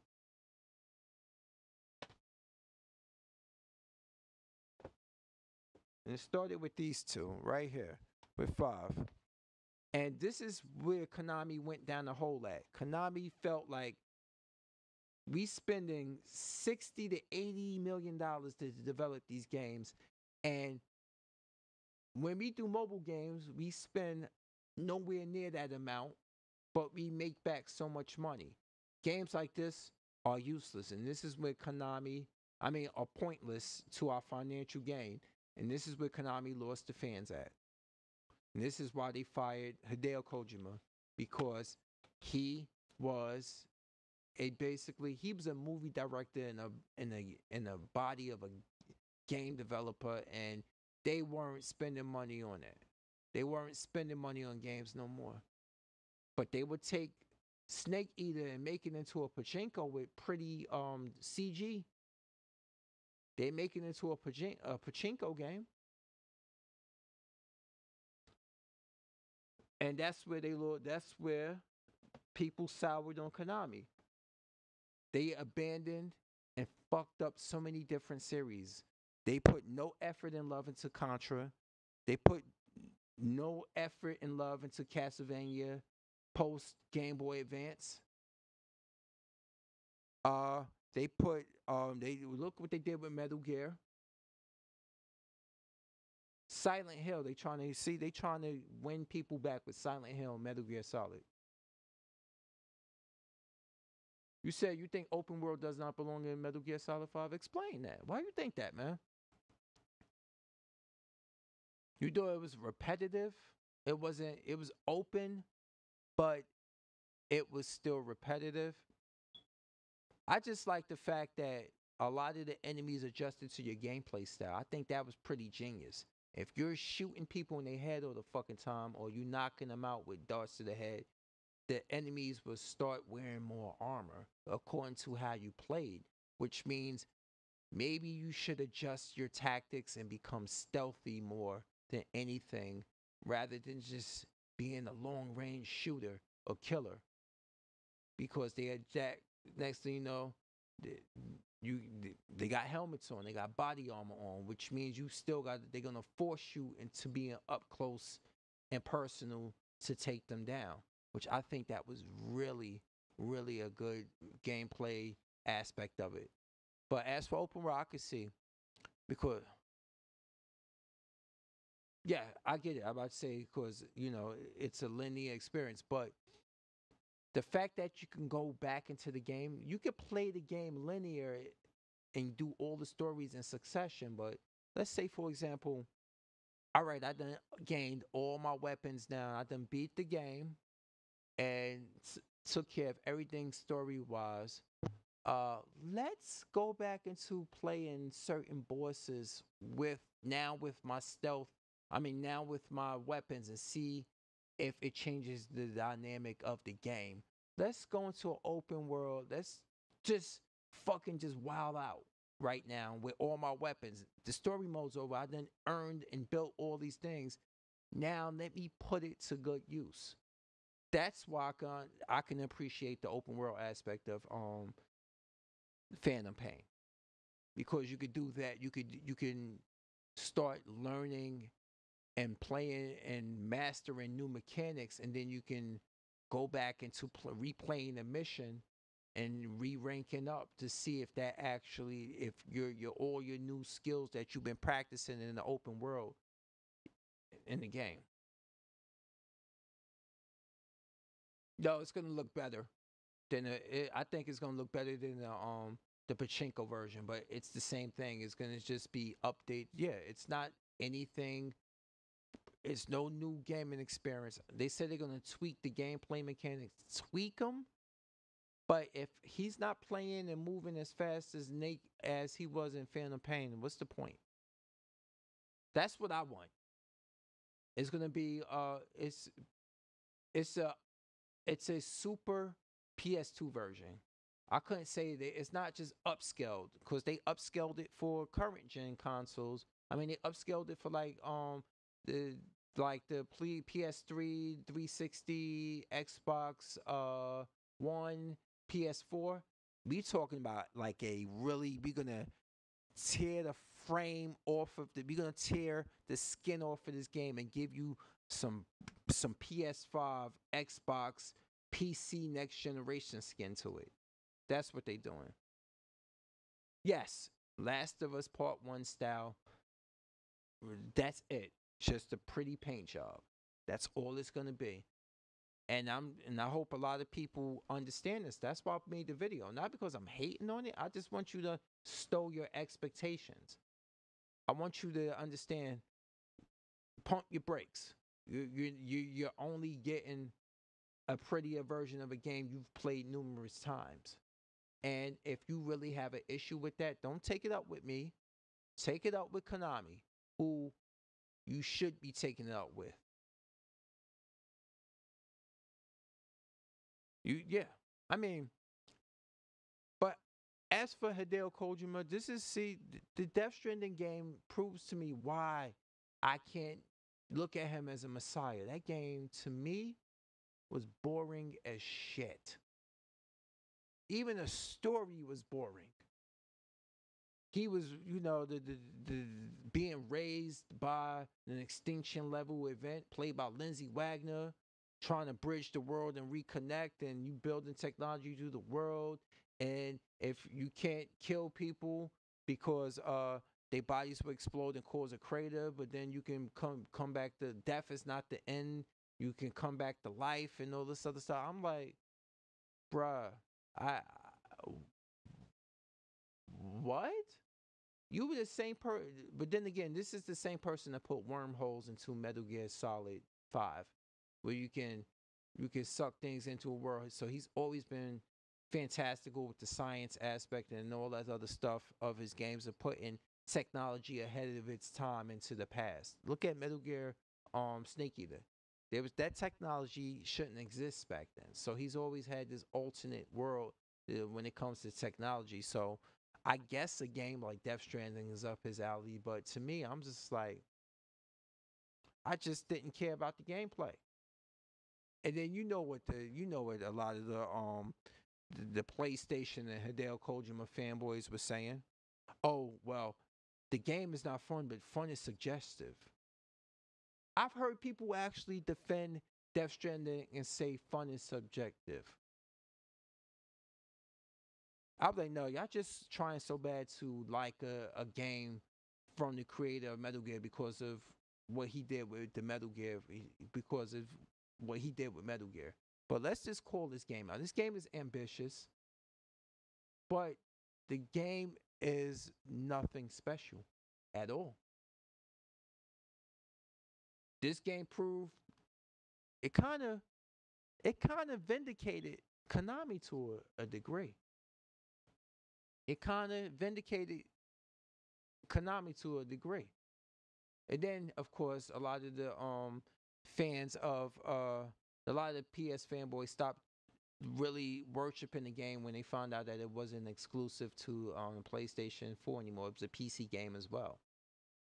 And now look at the whole thing. Remember the shit that everybody got on Microsoft about them not having games that specifically stay on the consoles.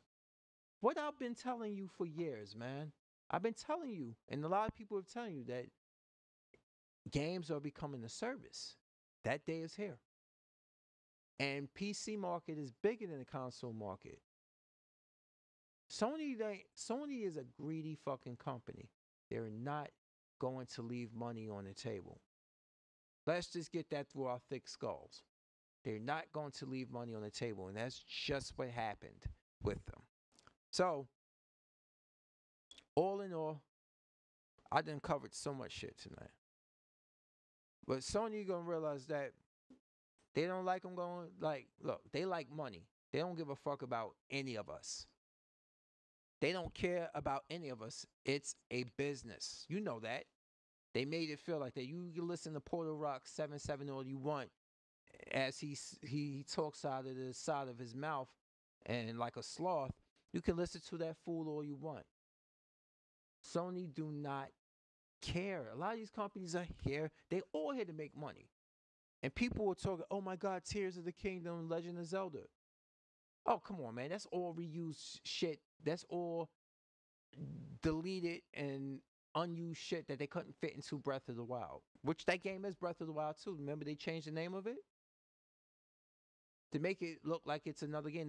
They Majora's Masked that game using unused assets of Ocarina of Time and making it into a sequel, a direct sequel. That's all they did with this with Tears of the Kingdom. It's just a direct sequel. They just changed the name to make it seem like, oh, it's a new Zelda game. But remember, it was called Breath of the Wild 2 for the longest. All of them here to make money. That's all they care about. And a lot of people need to realize it. Yo, you just basically, do you like games or do you not?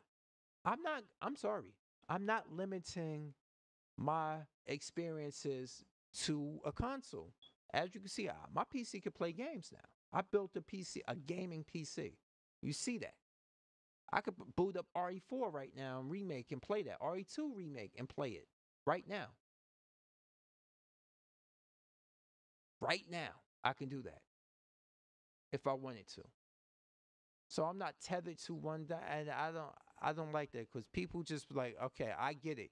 You'll have a service. I mean, you'll have a console that you prefer to play most of your games on. But as for just alienating your total gameplay experience, that day is coming to an end because now all the games the exclusive window is closing, man. The exclusive window's closing. It ain't that many exclusives that make you get the gaming industry is being ran when it comes to Xbox, PC, and PS5. All those games are coming out on all three of those like with the exception of Switch because it's underpowered. Hell, even they're trying to do the cloud gaming, which is terrible. But they trying to get in on this shit too. Yeah, you said you upgrade into the RTX 5090. I might eventually upgrade to a new RTX. I got a 3050 right now. I want to go beyond that too. I got 3 gigs. How much? Yeah, I got 3 gigs SSD on board. 3.5 gigs of SSD on board. I got 32 gigabytes DDR on board. I love it, man. And I built this myself. And I was like, I had to like, this is the first PC, legit, like gaming PC I built. I built the regular PC in my past. But this is the first one I built. I put a decent amount of money into this, and I'm proud of it. I love it. You said you got rid of your, hey, we all got to start somewhere. As our budgets and and the gameplay demand and the gameplay demand rises, we got to build to it. And It's been such a while. It's been refreshing to talk this kind of stuff because for a while I just felt like, you know, a lot of people just like this is why I brought up earlier that a lot of guys like listening to a lot of guys saying that they had to give this up. I'm not even sitting here playing. I don't even collect a lot of. I don't collect physically anymore. I haven't collected physically anymore in quite some time. I'm like, the game's a service. I could put my money elsewhere. If I'm paying for a service, I'm taking advantage of it because yeah, I'm taking advantage of the service. I'm at this point where my money needs to go elsewhere. It went to this PC. It went to my vehicle I'm financing. It's going to my rent. I need to damn sure put food in my stomach. And these two pit bulls I got. It needs to go to them. It needs to go to me. There's other stuff. And I decided to do that. Or I'll buy a game off of Steam. I put Resident Evil 4 and 2 remakes off of Steam. I used my my Game Pass account to actually play games on here, like Halo Infinite and other stuff. I can do that. And you said, yeah, I got an i7. I do have an i7 also. I got that. I'm looking at your 1 terabyte HD, 500 gig SSD. Yeah, I spent a lot of fucking money on the SSD. You got 500 gigs. I got 3.5. I was like, oh my! I just realized how much money I fucking spent on it. Jesus Christ. Yeah, that i9 that's looking sweet, but right now I think I'm happy with what I got right now. Let me see. Let me interact with this before I go. No, no, no. Let me go to here. There we go. Let's go to interact. And let's go to properties. Let me go back to YouTube.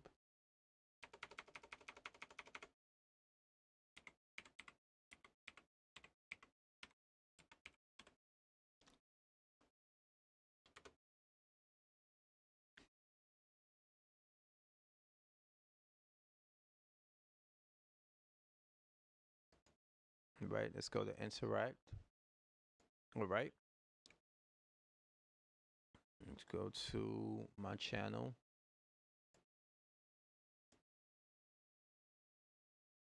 Let's go to videos. Yeah. Here we go.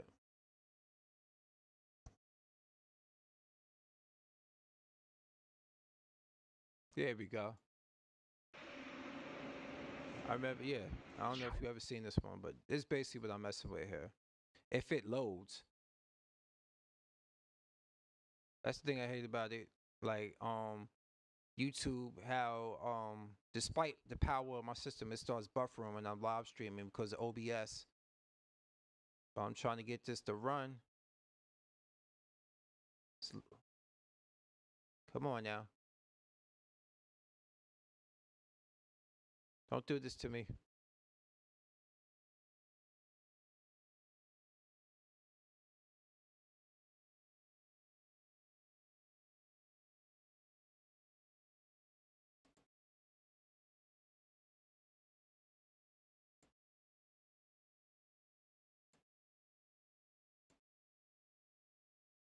Right?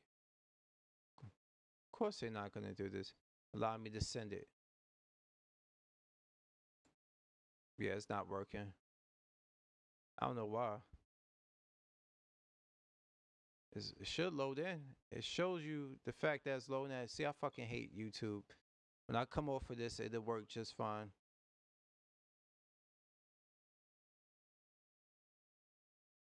Let me go back.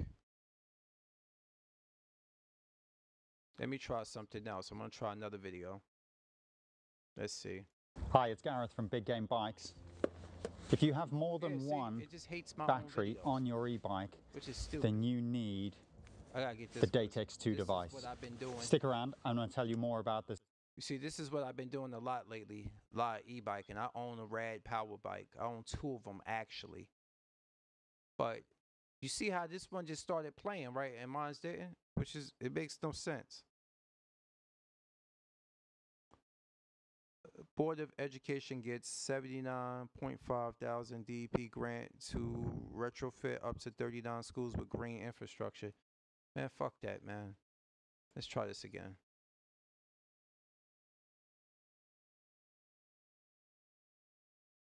Let me try that, because yeah, as you can see, that video played like no problem, but this one won't. Well, if you was wondering where I've been or what I've been doing besides, this is crazy why it will play other videos but it won't play mine. I fucking hate YouTube. Yeah, e-bikes had battery life, and that channel right there that I was just showing you the last video was basically saving how people, to finding bridge two batteries corpses, together, transporting people, finding more corpses, occasional cardiac arrest there. I've been working on this thing, and finally, after getting parts that work, because I'll get into that story in a moment, I finally got this built. And don't mind that up there. That's just a third solid state, which is unpluggable one. I got 2 on board, but we get. Wait, isn't this some Inception? I'm using my PC to stream a video of that same PC I'm streaming from. No. That in a moment.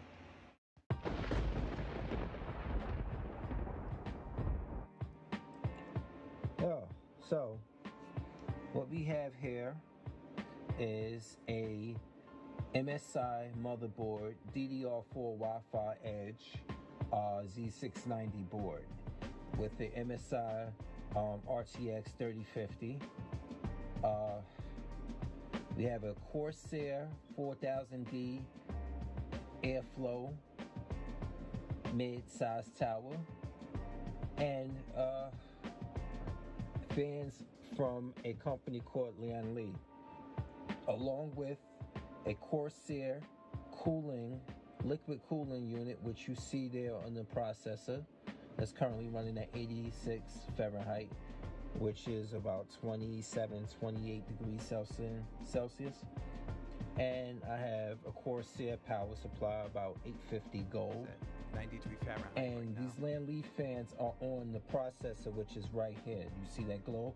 And on the other side that I showed you earlier are the fans that came, the Corsair fans that came for the cooling unit. So I'm trying to get double cooling going on both sides here, and it's running good. I'm gonna put it to the test and see how the temperatures add up with gameplay. But this is basically what I've been building. It's glass, of course, tempered glass, and it has magnetic dust protectors on it, and it has a filter screen in between with the metal plate that's detachable on the Corsair plate, as you can see here. It's detachable, and I will put it back, and there's a screen that's right there, because luckily this is something that can really come in handy with me, because I got dogs, and even though I don't allow my dogs over here in this area, they dust and they dander and their hair travels with every footstep you make, every time you shake, all this other stuff. So I need this to stay protected. And don't worry, it's not going to be on the floor. It's going to be back inside this unit, this desk I built up here. And you know, I did all this for just finally wanting a computer I can finally break into PC gaming with. Yeah, that's pretty much the whole gist of it right there, man. That's pretty much like the whole gist of it, my PC makeup right there. So I got something to run with. So, and some people I know that younger than me, they can't even build that. I'm like, it's never too late. It's not like I've been building them for, like, I build them for people. You got a yep. You got a MS motherboard also. So do I. I got a motherboard and a graphics card. Both of them and stuff. And I was having an issue. I was like, why? I'm watching videos and it's buffering so hard when I'm just off when I'm not streaming. And I realized I had to update my drivers.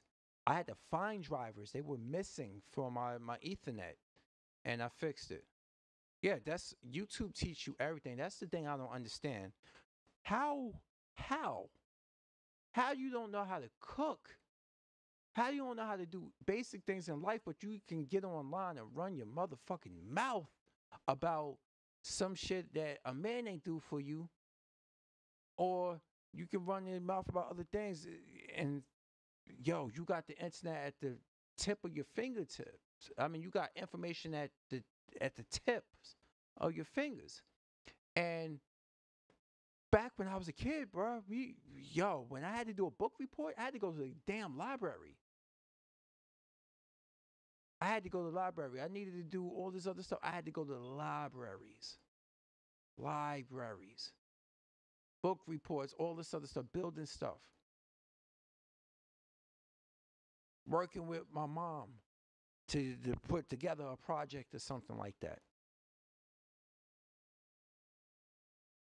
And sure enough, this day and age, you can just look it all up. So there's no excuse why people ain't doing shit because they don't want to do shit. I mean, I got a stock full. I have a decent stock of liquor, and I want to learn how to make cocktails. What do? Go right to the phone and find out. I'm struggling in a game that and stuff, and I'm stuck on a certain level. Go right to the internet and find out. I don't know how to make a pot of rice. Go right to the internet and find out. It's that simple, man. But I'm going to kill this stream here. It's been like, been over 2 hours. God, I went further than what I thought. But anyway, I got to get ready. I got to walk these dogs soon. And get ready for work tomorrow. It's going to be another day in hell. EMS work does not stop. Anyway, thank you for dropping by, Absolute. Anybody else watching this, thank you for watching it. If you're watching it on Facebook, or if you're watching it on YouTube, or if you're watching it on the replay on either one of them, thank you for watching it. It's been a while. Oh, look, my cousin graduated. He's going to be a high schooler now. Jeez. Can't believe it. Anyway, man, I'm out. And I'll see you next time as well. Thank you, man. Have a good night. Have a good night yourself. It's your boy. I am out. And let's do this.